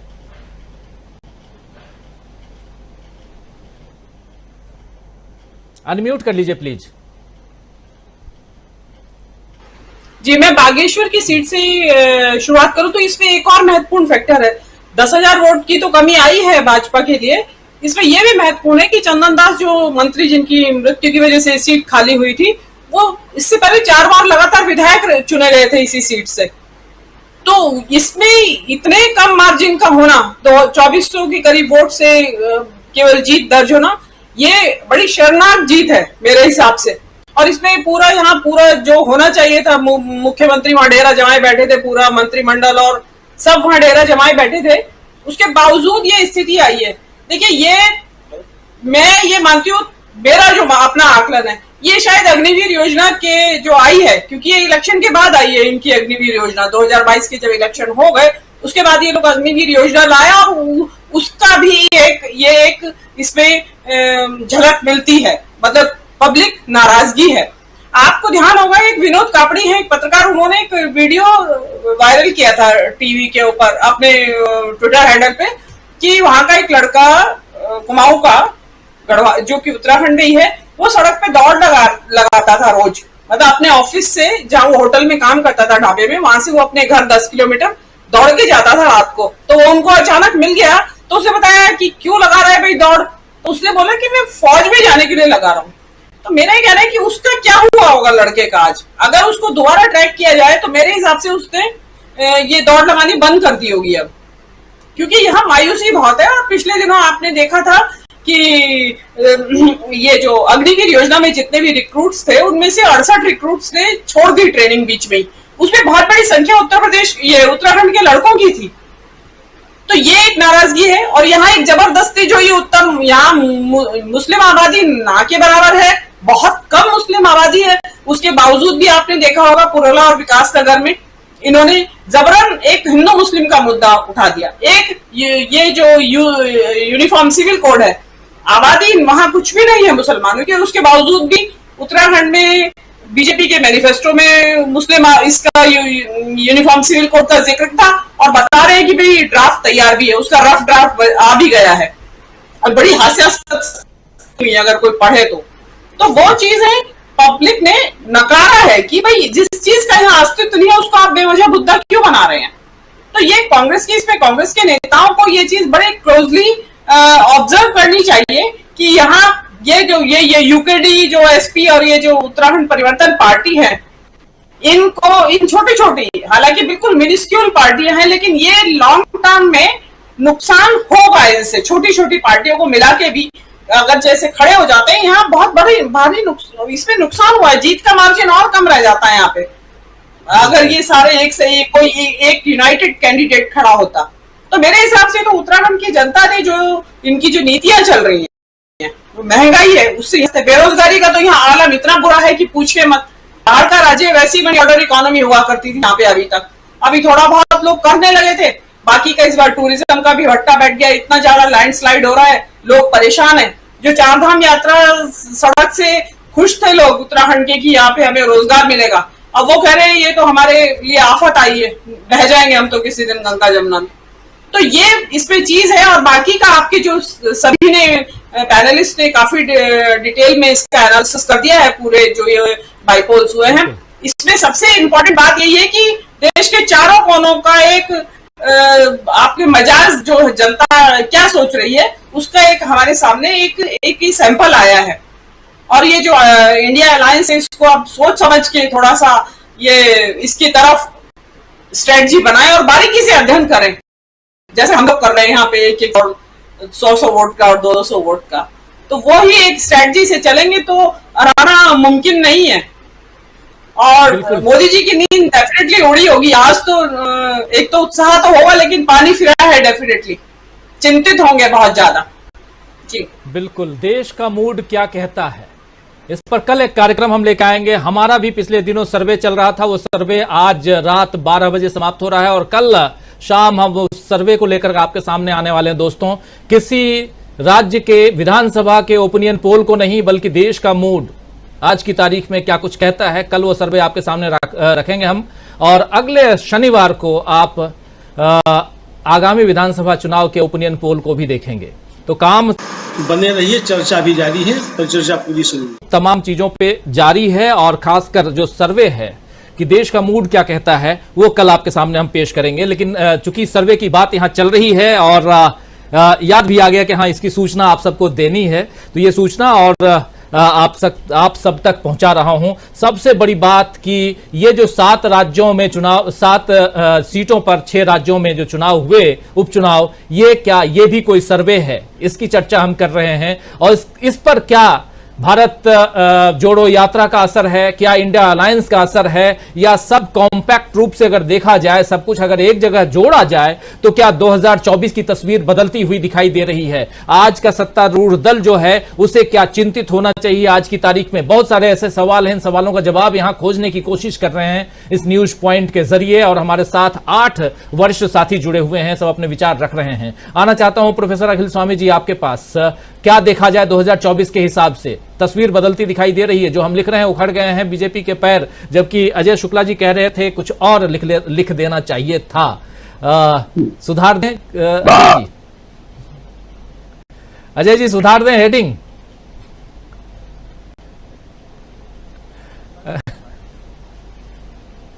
जी अजय जी सुधार दीजिए बिल्कुल। ठीक है, पहले अभी प्रोफेसर अखिल स्वामी जी से सुनते हैं। जी स्वामी जी। जो ये बाईपोल्स के रिजल्ट्स आए हैं, इसको एनालाइज करता हूं और इसको एक्सट्रापोलेट करता हूं। मैं बाकी स्टेट्स को अभी कंसीडर नहीं कर रहा और रिमेनिंग कांस्टेंट मान लेता हूं। जैसे अभी तक हम बात करते थे महाराष्ट्र की, बिहार की, कर्नाटका की, मध्य प्रदेश की, मैं केवल इन स्टेट जिनमें ये बाईपोल्स हुए उनको एनालाइज करके आपको एक चीज आज लिख के दे सकता हूं। मोदी जी 2024 में लौट के नहीं आ रहे हैं। 50 सीट बीजेपी की, एनडीए की केवल इन इलेक्शंस के बेसिस पे कम हो। 3 सीट उत्तराखंड कम हो रही हैं, 15 सीट वेस्ट बंगाल में कम हो रही हैं, 30-35 सीट उत्तर प्रदेश में कम हो रही हैं और 5-6 सीट झारखंड में कम हो रही हैं। इसका माने मोदी जी लौट के नहीं आ रहे हैं। और यह स्थिति तब है जबकि राहुल गांधी की यात्रा इन क्षेत्र में जिसपे गुजरने वाली है अभी शुरू नहीं हुई है। और जब यह यात्रा गुजरेगी उसके बाद केवल इन स्टेट्स में एनडीए की 100 सीटें कम होंगी। तो एक चीज तो यह मान के चलिए, मोदी जी इलेक्शन नहीं जीतेंगे, तो मतलब प्रधानमंत्री नहीं बनेंगे, और खुद भी इलेक्शन हार जाएं तो इसमें भी आश्चर्य नहीं होना चाहिए। जो जयशंकर जी मैंने बात कही थी वो ये कहा था, अगर आज भी सुमित्रा महाजन को बीजेपी की बागडोर सौंप दी जाए और वसुंधरा राजे को सौंप दी जाए या गडकरी जी को सौंप दी जाए, जो कि अटल जी की उस भावना पे विश्वास करते थे, जो कहते थे राजधर्म का पालन करो, बीजेपी फाइटिंग चांस में है। लेकिन अगर मोदी जी का यही नेतृत्व रहा, यही हिंदू मुसलमान का नेतृत्व रहा और ये केवल गुजराती बिजनेसमैन को, किरण भाई पटेल को और अडानी जैसे लोगों को पैसे का खुला लूट करने का मौका मिला, तो बीजेपी का लौटने की कोई संभावना नहीं। इसलिए मैंने कहा था बीजेपी से बैर नहीं, मोदी तेरी खैर नहीं, क्योंकि बीजेपी अगर अटल बिहारी वाजपेयी वाली बीजेपी आज भी बन जाए तो फाइटिंग चांस है। लेकिन मोदी और अमित शाह की लीडरशिप में बीजेपी को 100 सीट नहीं मिलेंगी, ये बात अखिल स्वामी कह रहा है। जी जी जी बिल्कुल। जरा सुनील शुक्ला जी, आप क्या देखते हैं? सुनील जी, सब अगर आप 7 राज्यों के चुनाव परिणामों का विश्लेषण कीजिए तो निश्चित रूप से एनडीए जो है वो आपको कमजोर दिखती है। दो उत्तराखंड का बागेश्वर है, 2002 के बाद कभी कांग्रेस वहां चुनाव नहीं जीती है, लगातार चुनाव हारती चली जा रही है और बीजेपी चुनाव जीतती आ रही है वहां, और वहां जीत का अंतर केवल 2000 को छोट रह जाए, यह बहुत बड़ा संदेश है, जबकि वहां भारतीय जनता पार्टी की सरकार भी है। अगर आप झारखंड में जाइए, झारखंड में निश्चित रूप से झारखंड मुक्ति मोर्चा अपनी सीट बचाए रखा, डुमरी की सीट जो है वो लगातार वहां जीतती रही है। लेकिन भारतीय जनता पार्टी के वोट कम होना, माने जो एनडीए का उम्मीदवार था आजसू का, वहां कैंडिडेट रही थी वो, उसके बावजूद भी मतदान उनके पक्ष में कम होना एक बड़ा राजनीतिक संदेश है। पश्चिम बंगाल में आप जाएंगे, पश्चिम बंगाल की धूपगुड़ी सीट को टीएमसी ने छीन लिया। 2016 में पहली बार जीती वो टीएमसी, और उसके बाद फिर वो बीजेपी वहां जीत गई थी। सीपीएम से सीट छीना था टीएमसी ने 2016 में, अगले 2021 के चुनाव में फिर वहां बीजेपी जीत गई, और उसके बाद फिर इस चुनाव में, इस बाई इलेक्शन में आकर के भारतीय जनता पार्टी से सीट को छीन लिया टीएमसी ने। ये बड़ी उपलब्धि है। और वहां पे लगातार मतलब उस इलाके में भारतीय जनता पार्टी अपनी ताकत बढ़ाती रही है, उसको उसमें सेंध लगाया है टीएमसी ने। और सबसे जो बात कही जा रही है, अगर आप केरल के चुनाव के बारे में, केरल की चांडी साहब को परंपरागत सीट रही है, वहां पे कांग्रेस को जीतना था, और चांडी साहब की मृत्यु के बाद सीट खाली हुई, उनके पुत्र चुनाव लड़ रहे थे, ज्यादा समर्थन भी उनको ज्यादा मिला। लेकिन किसी भी इलाके में टीएमसी, अगर आप कह सकते हैं कि त्रिपुरा में 2 सीटें जीत गई, लेकिन त्रिपुरा की दोनों सीटें राज्य सरकार ने जीती हैं, एनडीए दल समूह ने नहीं जीता। और दूसरी चीज, लेकिन त्रिपुरा के बारे में इंडिया दल समूह को सोचना पड़ेगा। वहां चुनाव आमने सामने का था, वहां कोई बंटवारा नहीं था, केवल सीपीएम के उम्मीदवार थे दोनों विधानसभा क्षेत्रों में, और न कांग्रेस का कैंडिडेट था न किसी अन्य दल का कैंडिडेट थे वहां पर। और वहां भारतीय जनता पार्टी दोनों सीटें टीएमसी को हरा करके भी सीपीएम को हरा के जीती है। त्रिपुरा में क्या रणनीति अपनाएंगे, ये इनको सोचना पड़ेगा, क्योंकि अगर आमने सामने के चुनाव में भी अगर त्रिपुरा में बीजेपी जीतती है, तो हालांकि ये सही जो बातें कही जा रही है कि वह शासन सत्ता का दुरुपयोग बड़े पैमाने पर हुआ, बावजूद इसके शासन सत्ता का दुरुपयोग घोषी में भी हुआ, लेकिन वहां पे जो इंडिया दल समूह है वह पूरे अपने रैंक एंड फाइल के साथ लड़ता हुआ दिखाई पड़ा। कांग्रेस के लोग भी प्रचार कर रहे थे, वामपंथी दल भी प्रचार कर रहे थे, जो भी छोटी बड़ी संख्या राष्ट्रीय लोक दल की है लोग प्रचार कर रहे थे, दलित समुदाय का जो सिविल सोसाइटी है वो प्रचार कर रहा था, सब लोग लगे हुए थे। और समाजवादी पार्टी गंभीरता से चुनाव को लड़ी, पूरे संसाधनों के साथ चुनाव लड़ी, और इसका परिणाम क्या हुआ कि उसने अपने जो समर्थन का दायरा है वो बढ़ा दिया। 2 चीजें इस पूरे आज 7 राज्यों के उपचुनाव का परिणाम केवल यह है कि सरकार रहने के बावजूद अगर आप जूझते हुए दिखाई पड़ेंगे तो जनता आपके साथ खड़ी है, लोग आपको सपोर्ट करेंगे। दूसरी चीज यह है कि आपकी एकता ही आपकी ताकत है, और जनता इसी बिना पर आपको समर्थन देगी। तीसरी बात मैं करना चाहता हूं कि जो पोलराइजेशन की राजनीति कर रही थी भारतीय जनता पार्टी, उसमें उसको निराशा हाथ लगी है।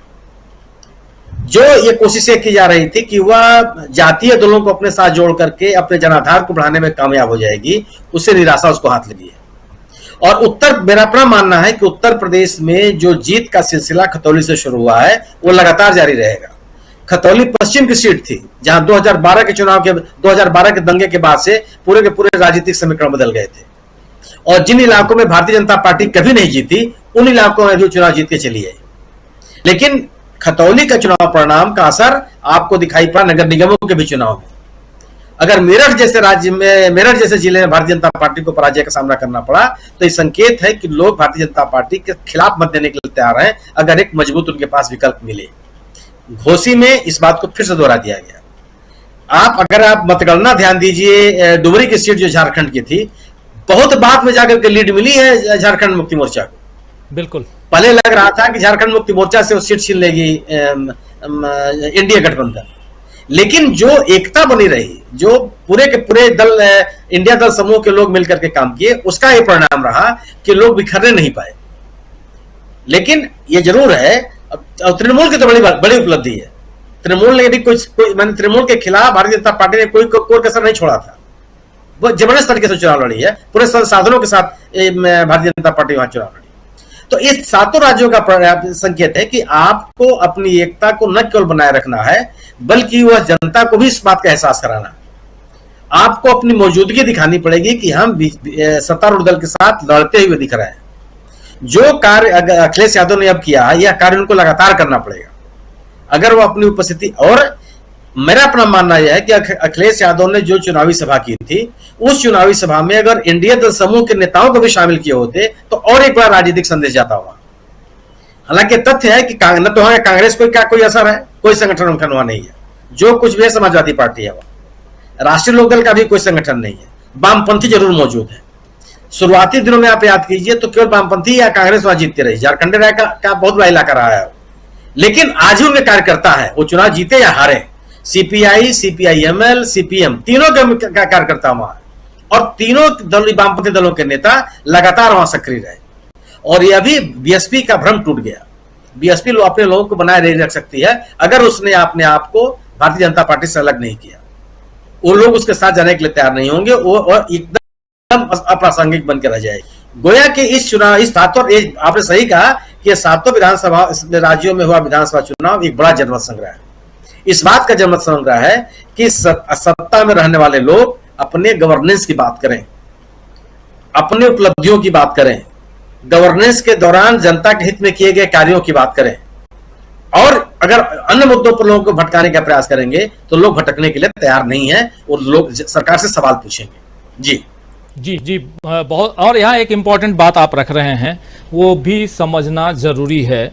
और खासकर क्या लगता है, प्रशांत टंडन जी आपके पास आना चाहता हूँ, जो परिस्थितियां अभी दिखाई दे रही हैं इसमें विधानसभा के चुनाव या उपचुनाव, ये जो गठबंधन है ये सिर्फ लोकसभा चुनाव के लिए गठबंधन है, लेकिन अभी विधानसभा भी चुनाव हैं, 5 राज्यों के विधानसभा चुनाव हैं जहां यही पार्टियां अलग अलग चुनाव लड़ रही हैं। अभी जैसे बागेश्वर में हमने देखा कि सभी पार्टी भले 500 वोट लेकर आई है, लेकिन कहीं ना कहीं वो 400-500 वोट काट कर तो गई। ऐसे ही आप देख लीजिए वहां पश्चिम बंगाल की जो सीट है वहां भी 13,000 से ज्यादा वोट सीपीएम वाले लेके गए, और बहुत देर तक हमने देखा कि तृणमूल कांग्रेस सेकंड पोजीशन पे थी। तो ये जो परिस्थिति यहां दिखाई दे रही है, क्या रीथिंक करने की जरूरत नहीं है इंडिया गठबंधन को कि आगामी जितने भी चुनाव हैं हम साथ लड़ेंगे? जी राजीव जी, आप ही के प्रोग्राम में हमने एक बार बताया था कि इंडिया गठबंधन के अंदर पहले से बहुत सारे गठबंधन मौजूद है, जहां विधानसभा पे बड़ी अंडरस्टैंडिंग है, चाहे वो जम्मू कश्मीर का गुपकर अलायंस हो, चाहे वो महाविकास अघाड़ी हो, बिहार का, झारखंड का महागठबंधन है, या तमिलनाडु में गठबंधन कांग्रेस के साथ है, या केरल में, तो गठबंधन वहां पे हैं। इन गठबंधनों का विस्तार करना है। अब ये जो वहां पे कोऑर्डिनेशन कमेटी बनी है ये देखेगी। मैं इस जो आज की जो तस्वीर है ये नेशनल पॉलिटिक्स में कैसे रिफ्लेक्ट होगी, जरा मैं इसकी बात करना चाहता हूं 2 मिनट, कि उसमें 2-4 चीजें क्या सामने दिखाई देंगी। एक जो पहला टेक अवे मुझे दिखाई दे रहा है, जो प्रोफेसर रविकांत बात कर रहे थे, मैं उसी को आगे बढ़ा रहा हूं, कि बीजेपी की सोशल इंजीनियरिंग टूटती हुई दिखाई दे रही है। और इसमें बहुत आवश्यक है कि इस वक्त जो कास्ट सेंसस है, जातिवार जनगणना, उसकी बात उठाई जाए, उसकी मांग की जाए, और जो बीजेपी जो बिहार का जातिवार सर्वे है उसकी रिपोर्ट आएगी, तब उसके बाद एक नया अलग तरीके का विमर्श पैदा होगा। और इसमें अगर जब हम लोग मुंबई में थे और ये बात सुनने में आई थी कि ममता बनर्जी को या तृणमूल कांग्रेस को जातिवार जनगणना में दिक्कत है, तो जहां दिक्कत जिन लोगों को नहीं है, JDU, RJD, Samajwadi party, Congress, इनको अपने अपने दलों के माध्यम से जातिवार जनगणना की मांग उठानी चाहिए, क्योंकि बीजेपी की सोशल इंजीनियरिंग में अगर क्रैक्स दिखाई दे रहे हैं तो इसको जो है और इसका फायदा उठाना चाहिए, क्योंकि बीजेपी की जो सोशल इंजीनियरिंग है वो सामाजिक न्याय की गारंटी नहीं है। और दूसरा सबूत जो मिल रहा है मोहन भागवत के ताजा बयान से कि कितनी गर्मी महसूस कर रहे हैं वो इस मूवमेंट की, तो ये तो कल ही परसों ही जब उनका बयान आया था तभी समझ में आ गया था कि उनकी दरी खिसक रही है, जो अभी घोसी के चुनाव परिणाम से सामने आ गई। दूसरी बात जो मुझे लगता है कि इस नतीजों के बाद अब एनडीए का विस्तार करना बड़ा मुश्किल हो जाएगा। मोदी और अमित शाह की एनडीए में अब लोग आसानी से नहीं आएंगे। अब इनको चौतरफा इनको हार करना पड़ रहा, बहुत हार्ड बार्गेन करेंगे और वो साथ में आएंगे नहीं। तीसरी बात कि कांग्रेस को या विपक्षी दलों को या इंडिया गठबंधन को सांप्रदायिकता, नफरत, इन सब चीजों पे बहुत मुखर तरीके से बोल्डली, डरने की बात नहीं, इस पे अपनी बात रखनी चाहिए। महंगाई, बेरोजगारी, इस पे बात अपनी जोर से रखनी चाहिए। ये जो मध्य प्रदेश के कांग्रेस के नेता डरे हुए हैं और ये वो हिंदुत्व के उससे प्रचार प्रसार से, उनको भी समझाना चाहिए कि आपको सांप्रदायिकता, नफरत के खिलाफ पूरे मुखर तरीके से सामने आना है, क्योंकि जनता आपको जो है वो पीछे ताकत दे रही है कि आप इस पे बोल्डली आप कहें ही बात। और एक और इम्पोर्टेंट बात जो समझ में आ रही है मुझको कि मीडिया, ये रोज रोज के टेस्ट बलून और मीडिया, ये नहीं चलेगा। जनता इसको नकार रही है। तो मीडिया की जो स्ट्रेटजी है, इंडिया गठबंधन को, विपक्षी पार्टियों को मीडिया की स्ट्रेटजी को रीथिंक करना पड़ेगा। आप उन्हीं के पास जाके नहीं बैठे। एक छोटा संकेत जरूर आया पवन खेड़ा की तरफ से कि जहां पे संघ के लोग बैठे होंगे, विशेषज्ञ क्या मुखौटा लगा के, वहां पर नहीं जाएंगे, अच्छी बात है। लेकिन ओवरऑल मीडिया को लेकर विपक्षी दलों को नए सिरे से स्ट्रेटजी बनानी पड़ेगी, क्योंकि मीडिया के जरिए अगर आप इंगेज करते हैं और अगर आप उसी गोदी मीडिया से दोस्तियां निभाएंगे जो आपको बैठाकर और आपके खिलाफ बातें करता है, लगातार राहुल गांधी के खिलाफ बात करता है। अभी आप देखिए राहुल गांधी यूरोप में है। मैं अभी घोषणा कर देता हूं कि कल से आप देख लीजिएगा कि इस गोदी मीडिया में राहुल गांधी के खिलाफ कितना जहरीला चुनाव प्रचार शुरू हो जाएगा उनकी इमेज के खिलाफ। अब ये सोचना पड़ेगा विपक्षी दलों को कि अब आपके सामने 2-3 तरीके की मीडिया है, किनसे आपको इंगेज करना है। राजीव जी। जी बिल्कुल बिल्कुल, ये बात आप बिल्कुल सही कह रहे हैं। हालांकि शुरुआत में अपनी बात रखते समय भी ये बात कह रहा था मैं, और अभी प्रशांत टंडन जी भी कह रहे हैं कि कांग्रेस की तरफ से ये कहा गया है कि आरएसएस के लोग अलग अलग मुखौटे लगा करके जो पहुंचते हैं और उनको कुछ पॉलिटिकल एनालिस्ट या कुछ और बनाकर बैठाया जाता है, तो ऐसे अगर लोग रहेंगे तो वहां पर कांग्रेस पार्टी भी अपने वैसे लोगों को ही भेजेगी। ये कल ट्विटर पे ट्वीट करके ये जानकारी दी गई सोशल मीडिया के जरिए कांग्रेस पार्टी की तरफ से। और ये बात बहुत इंपॉर्टेंट बात है। राहुल गांधी 5 दिनों की विदेश यात्रा पे हैं, यूरोपीय देशों की यात्रा पे हैं, और उसमें से 4 देशों पे वो में जाने वाले हैं, लोगों से मिलने वाले हैं, छात्रों से मिलने वाले हैं। हमारे एक साथी नॉर्वे से इस कार्यक्रम को देखते हैं, वो लिख रहे हैं कि नॉर्वे में एक लिंक दिया गया कि इस कॉलेज में राहुल गांधी का लेक्चर है, और जब वो लिंक क्लिक करके गए वहां तो ऑलरेडी हाउसफुल हो चुका है। तो लेक्चर 11 तारीख को राहुल गांधी का लेक्चर है और वो हॉल हाउसफुल है। इसी कार्यक्रम में, इस कार्यक्रम को देख रहे हैं मंजीत जी हमारे साथ जुड़े हुए हैं सीधे नॉर्वे से। वो यही बात अभी लिख रहे थे, उन्हीं को मैं जवाब लिख रहा था कि बैड लक कि आप वहां तक नहीं पहुंच पा रहे हैं, लेकिन बेहतर है कि नॉर्वे में, यानी ओस्लो में, नॉर्वे की राजधानी ओस्लो में ये कार्यक्रम राहुल गांधी का है 11 तारीख को। तो लगातार, और जो यहां बता रहे हैं प्रशांत टंडन जी, बहुत महत्वपूर्ण बात कह रहे हैं कि कल से, हालांकि प्रशांत जी अभी 2 दिन का समय है, अभी सब लोग G20 में बिजी हैं, इसलिए अभी समय है, अभी 11 तक राहुल गांधी आएंगे। बहुत इंपॉर्टेंट पहलू अच्छा याद दिलाई आप, लीडर ऑफ अपोजिशन राज्यसभा में आप जानते हैं, और कांग्रेस पार्टी इतनी पुरानी, इतनी बड़ी पार्टी, कांग्रेस पार्टी के अध्यक्ष मल्लिकार्जुन खड़गे, सोनिया गांधी पूर्व अध्यक्ष, इन लोगों को नहीं बुलाया गया है, जबकि तमाम लोगों को बुलाया गया है, लेकिन इन लोगों को नहीं बुलाया गया है। ये छोटी मोटी बात नहीं। मीनू जी कुछ और जोड़ रही हैं। जैकी श्रॉफ को भी बुलाया गया है, तो जैकी श्रॉफ से कम महत्वपूर्ण है खड़गे जी। जी जी जी बिल्कुल बिल्कुल। अजय शुक्ला जी, आपके पास ही आना चाहता हूं। ये किस ढंग की राजनीति अजय शुक्ला जी यहाँ चल रही है इस देश में, और जबकि एक सर्वे सामने आ रहा है, ये सर्वे ही कहें आज का जो है, उसके बाद भी चेतना नहीं। इसका मतलब एक कॉन्फिडेंस है कि 2024 में हम ही आएंगे, ऐसा है क्या? नहीं, राजनीति चली नहीं रही है साहब, मदारी का खेल चल रहा है, और मदारी का खेल ही दिखाया जा रहा है।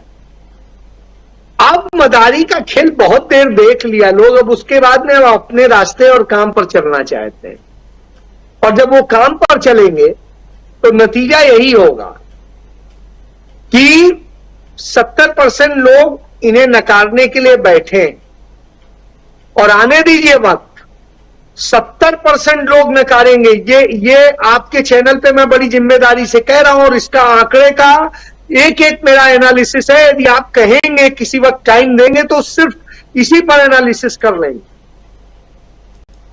तो, और एक एक राज्य का करेंगे।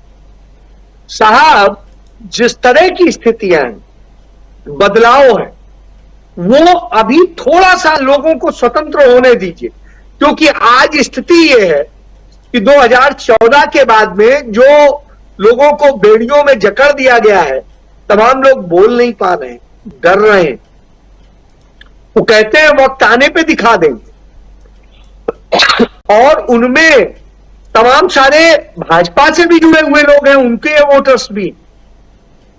तो यह इस बात का संदेश जा रहा है और जिस तरीके से है, आप खुद देखिए, आपका सर्वे चल रहा है, संभवतः आप जो बता रहे थे आज रात तक आ जाएगा। सुबह आपको खुद पता चल जाएगा कि 70% से अधिक लोगों ने इन्हें नकारा होगा। तो मैं ये दावे से आज कह रहा हूं, अभी रिजल्ट मैंने आपका नहीं देखा है ना, मुझे पता है 70% से अधिक लोग नकारेंगे और आने दीजिए। अभी तो फिर भी थोड़ा सा डर है, इसलिए ये डर खत्म होने दीजिए और देखिए जिस तरह से स्थिति आने वाली, क्योंकि इन्होंने जो किया है, जो नफरत का खेल पनपाया है, जिस तरीके से सारी चीजें की हैं, उसके बाद में लोग ये नहीं चाहते। लोग चाहते थे कि ठीक है, हमारे मुताबिक हो, हमारे जिस धर्म को हम मानते हैं उसको बढ़ाया जाए, ये किया जाए, वो किया जाए, वो सब ठीक है। लेकिन इसके साथ साथ वो अपना भविष्य भी देखते हैं, अपने बच्चों का भविष्य भी देखते हैं, उनकी शिक्षा और स्वास्थ्य भी देखते हैं और बहुत सारी चीजें देखते हैं। और उस स्थिति में अब वो किसी मदारी के खेल में नहीं फंसना चाहते। बहुत देख लिया, मदारी के खेल पे पैसे भी लुटा दिए। अब साहब, हमें अपना भी देखना है। तो कमोबेश अब ये हालात हैं और इसके लिए अब जनता तैयार है। जी, जनता तैयार है। जरा संजय जी, आपके पास आना चाहता हूं, फिर क्लोजिंग कमेंट के लिए जयशंकर जी के पास में। हेडलाइन आप कह रहे थे कैसे देखा जाए अब 2024 को? राजीव, आप हेडलाइन बदलने की बात कह रहे थे। हेडलाइन बदल के यही कर दीजिए सीधे सीधे, इंडिया पटकनी देने जा रहा है एनडीए को। जी, शुरुआत हो चुकी। जी, ये बिल्कुल राजनीति की बात हो रही थी अभी, तो मुझे ध्यान आया कि सोनिया गांधी ने चिट्ठी लिखी थी प्रधानमंत्री को कि इन विषयों पर चर्चा की जाए, तो उसके जवाब में बीजेपी की तरफ से कहा गया कि वो राजनीति कर रही हैं या संसद को राजनीति का केंद्र बनाना चाह रही है। अब संसद राजनीति का केंद्र नहीं है तो मंदिर ही होगा दूसरा। तो अब ऐसे में क्या बात की जा सकती है कि मंदिर ही नहीं, वो स्टालिन किसी हॉल में लेक्चर दे रहे थे, एक विषय पे बात कर रहे थे, तो वो मुद्दा उठा लिया गया जो हिंदी में भी नहीं था, मैं पहले बोल चुका हूं।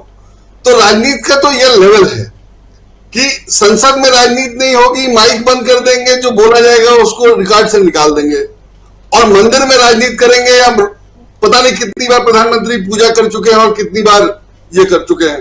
तो लोग देख रहे हैं, लोग जानते हैं और सब लोग जानते हैं, बच्चा जानता है कि हिंदू धर्म में पूजा अकेले नहीं किया जाता है, पत्नी के साथ किया जाता है। तो वो लोग नहीं देख रहे हैं, कौन नहीं समझ रहा होगा? और लोग समझ रहे हैं, 10 साल हो गए देखते हुए, इसलिए ये हालत है। ये जो सैंपल है रिजल्ट का, आज वाले रिजल्ट का जो सैंपल है, तो जो भी रिजल्ट आया है, ये तो सबको पता था कि जो रिजल्ट होगा उसको सैंपल की तरह देखा जाएगा और इसीलिए सब लोगों ने पूरा जोर लगाया था। तो अब जो जोर लगाया था, अगर योगी जी ने नहीं लगाया था तो वो आगे क्यों लगाएंगे? और लगाया था उसके बावजूद रिजल्ट है तो भी, दोनों स्थिति में क्या होना है वो हम लोग सब अंदाजा लगा सकते हैं। लेकिन जिस तरह से बीजेपी काम करते रही है या नरेंद्र मोदी काम करते रहे हैं, और हम लोग ये उम्मीद जताते रहे हैं कि मोदी जी कभी विपक्ष में नहीं बैठे और कुछ कर ले जाएंगे, तो हो सकता है कि वो कुछ कर ले जाए, लेकिन वो क्या क्या कर सकते हैं इसका अब अंदाजा भी हो गया है और उसका मुकाबला राहुल गांधी बहुत अच्छे से कर रहे हैं, इसमें भी कोई शक नहीं। जैसे प्रेस प्रेस कॉन्फ्रेंस में अभी कह रहे थे प्रशांत जी कि वो कोई ढूंढ निकालेंगे, लेकिन राहुल गांधी का प्रेस कॉन्फ्रेंस इतना बढ़िया और इतना बेहतर होता जा रहा है, इतना मैच्योर होता जा रहा है कि उसमें से कुछ ढूंढ के निकालना भी जो मुद्दा बन जाए असल में, मतलब आप कुछ भी बना दीजिए, बोलते रहिए, वो अलग चीज है, लेकिन उसमें कुछ निकल के नहीं आएगा। और राहुल गांधी भी अब ये चीज समझ रहे हैं, इसलिए बहुत बढ़िया से बोल रहे हैं। बाईचांस आज मैं उनका दिन भर प्रेस कॉन्फ्रेंस काफी बार देखा और मुझे लगा कि मतलब राहुल गांधी में जो इंप्रूवमेंट है वो इनके डिटोरिएशन से कई गुना ज्यादा है, मतलब इनका डिटोरिएशन ही अपने आप में बहुत ज्यादा है और इंप्रूवमेंट राहुल गांधी का कई गुना ज्यादा है। तो पब्लिक ये समझ रही है कि एक ऐसे अच्छे भले आदमी को पप्पू कह करके जो बदनाम कर रहा था वो खुद क्या है और जिसको पप्पू कहा जा रहा था वो क्या है। ये डिफरेंस अब बहुत स्पष्ट हो गया है। जो आदमी 10 साल में एक प्रेस कॉन्फ्रेंस नहीं कर पाया वो राहुल गांधी के बारे में क्या बोलेगा और क्या खाकर बोलेगा, ये स्थिति है। तो अब इसको छिपाया नहीं जा सकता है और इसको ढकने के लिए जो सब लाया गया धर्म और वगैरह वगैरह वो चल नहीं रहा है। वो सब भी तब चला होता जब इन्होंने कुछ दिया होता। अब भारत की तुलना आप पापुआ गिनी से कर लीजिए कि वहां पैर छूट गया। भारत की तुलना चीन से करो ना, तो चीन के बारे में आप बोल नहीं सकते, चीन के बारे में बात नहीं कर सकते। भारत की आबादी क्षेत्रफल के हिसाब से भारत की तुलना चीन से की जानी चाहिए। और उसके बाद आप देखिए कि वहां प्रति व्यक्ति आय कितना है, वहां लोगों की हैसियत कितनी बढ़ गई है, वो सब तो कोई बात ही नहीं करता है। चीन में तो मंदिर की कोई बात नहीं करता, यहां मंदिर की बात करते। तो ये 10 साल में बहुत ज्यादा हो गया है और आप सब लोग समझ रहे हैं और ये चुनाव उसका नतीजा है। और इस तथ्य के बावजूद है कि उन लोगों ने पूरी ताकत लगाई। अगर त्रिपुरा में रिजल्ट जो है वो मुख्यमंत्री के प्रयास के बाद है तो हो सकता है आगे भी उनके प्रयास के बावजूद ऐसा ही रिजल्ट रहे, लेकिन उससे क्या फर्क पड़ता है, त्रिपुरा में सीटें कितनी हैं, तो वो सब देख करके मुझे नहीं लगता है कि कोई दिक्कत है। लेकिन जैसा कहा जाता है ये लोग कुछ न कुछ करेंगे, कर सकते हैं और उसमें दंगा और पुलवामा जैसा कुछ शामिल है जो बहुत बड़ा और या इससे भी कुछ बड़ा हो सकता है। लेकिन अगर वो होगा तो भी अब जनता झांसे में नहीं आने वाली है, समझ रही है। इसलिए मुझे उम्मीद है कि काफी फर्क पड़ा है और स्थिति 2019 के मुकाबले बहुत अलग है। राजीव जी टेस्ट बलून कितने भी छोड़े जाएं लेकिन स्थिति जो है वो अपने हिसाब से आगे बढ़ती जा रही है और परेशानियों में घिरती जा रही है बीजेपी। 7 विधानसभा के सीटों के चुनाव और उन चुनावों में से 3 पर बीजेपी की जीत होती है, लेकिन वो जो 3 पर जीत है उसमें भी 2 सीटें ऐसी हैं जहां कहीं ना कहीं सवालिया निशान खड़ी करती हैं और उसमें से एक त्रिपुरा की सीट और एक बागेश्वर यानी उत्तराखंड की सीट। तो परिस्थितियां बहुत अलग ढंग की दिखाई दे रही हैं। क्लोजिंग कमेंट के लिए आना चाहता हूं हमारे एग्जीक्यूटिव एडिटर जयशंकर गुप्त जी आपके पास।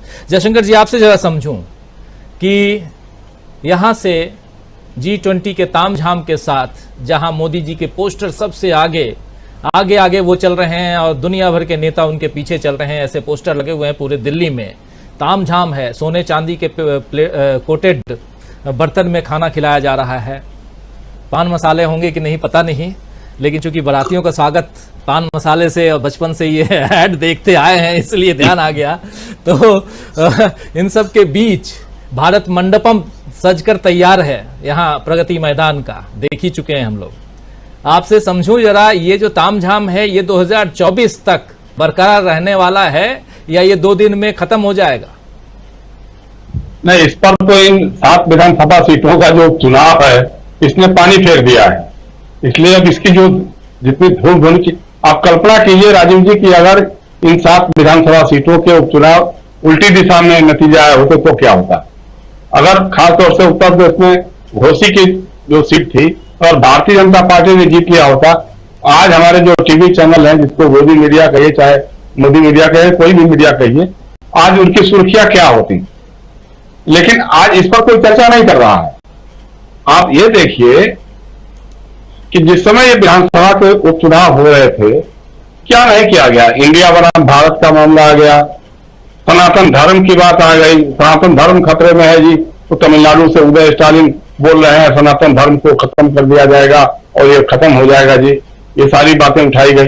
लेकिन इन सारी बातों को लोगों ने धता किया, घोसी के लोगों ने धता कर दिया, कहा अरे फालतू बात है, तुम अपना सनातन धर्म रखो अपने पास यार, बैठे रहो। तुम्हारे सनातन धर्म में राष्ट्रपति जो है द्रौपदी मुर्मू एक मंदिर के गर्भगृह में नहीं जा पाती हैं, तुम्हारे सनातन धर्म में मध्य प्रदेश की एक महिला सरपंच को पीट पीट करके कहा जा रहा है तुम कैसे सरपंच, चमार जाति के होकर के कैसे बन गई तुम सरपंच, तुम नहीं हो सकती हो। इस सनातन धर्म में एक आदिवासी के मुंह पे पेशाब कर दिया जाता है। ये सब सनातन धर्म रखो अपने पास, लोगों ने इसको खर्च कर दिया, इसलिए इस सब का कोई असर पड़ा नहीं। और देखिए सबसे बड़ी बात इनको बेचैनी का कारण क्या है कि अभी तक जो चर्चाएं होती थी कि बिहार में जो होगा एनडीए का, बंगाल में जो नुकसान होगा, महाराष्ट्र में जो नुकसान होगा, कर्नाटका में जो नुकसान होगा, उसकी भरपाई उत्तर प्रदेश से करेंगे। अरे भैया उत्तर प्रदेश से कैसे करेंगे? उत्तर प्रदेश में कुल 80 सीटें हैं, 66 सीट आपके पास अभी भी है, बची हुई है 16 सीटें, 14 सीटें बची हुई हैं। तो उसमें से कितना, हमने एक दिन आपके ऊपर इसी चर्चा में कहा था कि जो मूस मोटैया लोड़ा हुई है, यानी चूहा मोटा हो जाएगा तो सिलबट्टे का लोड़ा हो जाएगा, उससे अधिक क्या होगा। लेकिन अब उसको भी, अब वो भी उल्टी दिशा में चला गया। मतलब घोसी की हार जो है इनको कई दिनों तक सोने नहीं देगी, इनकी नींद नहीं आएगी, ठीक से नींद नहीं आ पाएगी, क्योंकि जिस पर भरोसा किया था और सारी ताकत तो आपने लगा दी, कुछ भी बाकी नहीं छोड़ा। और देखिए एक चीज मैं आपसे बताऊं, जब हम लोग डिस्कस कर रहे थे तो मायावती ने गाहे बगाए, अब चाहे क्या उनका सोच रहा हो मालूम नहीं है, लेकिन उनसे इस उपचुनाव में समाजवादी पार्टी को बहुत मदद मिली है। क्योंकि पिछले उपचुनाव में समाजवादी पार्टी का मुस्लिम कैंडिडेट था, उसको 40,000 से अधिक वोट मिल गया था, वो तीसरे नंबर पर था, लेकिन उसे समाजवादी पार्टी का उम्मीदवार हार गया था। इस बार उन्होंने उम्मीदवार नहीं दिया, इसका नतीजा हो गया कि एक तो कांग्रेस ने भी उम्मीदवार नहीं दिया, तो कांग्रेस के जो यादव को 10,000 वोट मिले थे वो सब कंसोलिडेट करे, यादव और मुस्लिम पूरी तरह से कंसोलिडेट कर गए। और दलितों का भी, जो हमारे यहाँ दलित का मतलब ज्यादातर तो जाटव चमार ही होते हैं, तो उनका भी बहुत संख्या में जो वोट था वो समाजवादी पार्टी के उम्मीदवार को गया।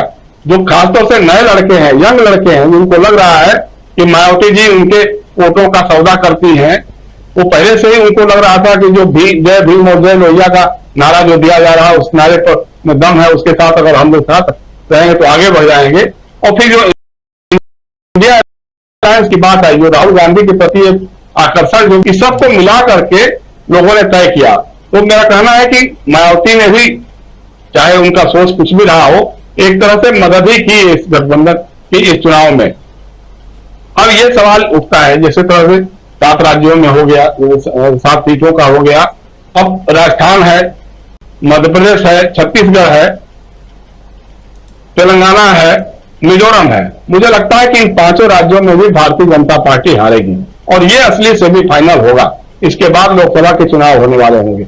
और एक चीज जो कहा था अभी मीनू ने कहा था, खासतौर से जो उत्तराखंड के इलेक्शन के बारे में, कि समाजवादी पार्टी के उम्मीदवार को कुछ 100 वोट मिल गए, किसी और को कुछ 100 वोट मिल गए।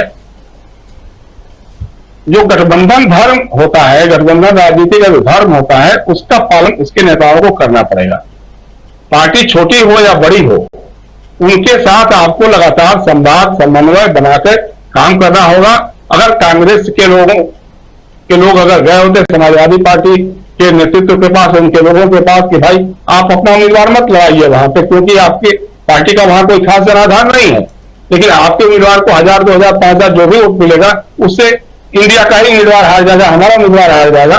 तो हो सकता है कि समाजवादी पार्टी उसको विड्रॉ कर सकती थी या उसको रोक सकती थी। या इसी तरह से अन्य दलों के, अन्य पार्टियों के साथ भी, अन्य राज्यों में भी आपको ये रणनीति अपनानी पड़ेगी कि भाई जहां जिसका ज्यादा जोर है, जो जीतने की स्थिति में वो लड़े, लेकिन अहंकार में न लड़े।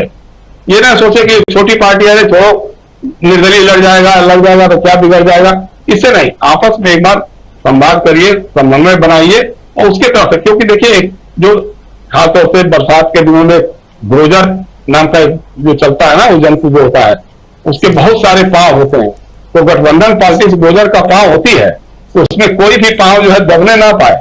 कोशिश ये हो कि एक पांव भी अगर दब गया उसका, तो फिर वो चल नहीं पाएगा, लौटाया जाएगा। तो उसी तरह क्या कोई ना कोई एक राजनीतिक रणनीति विकसित करनी पड़ेगी।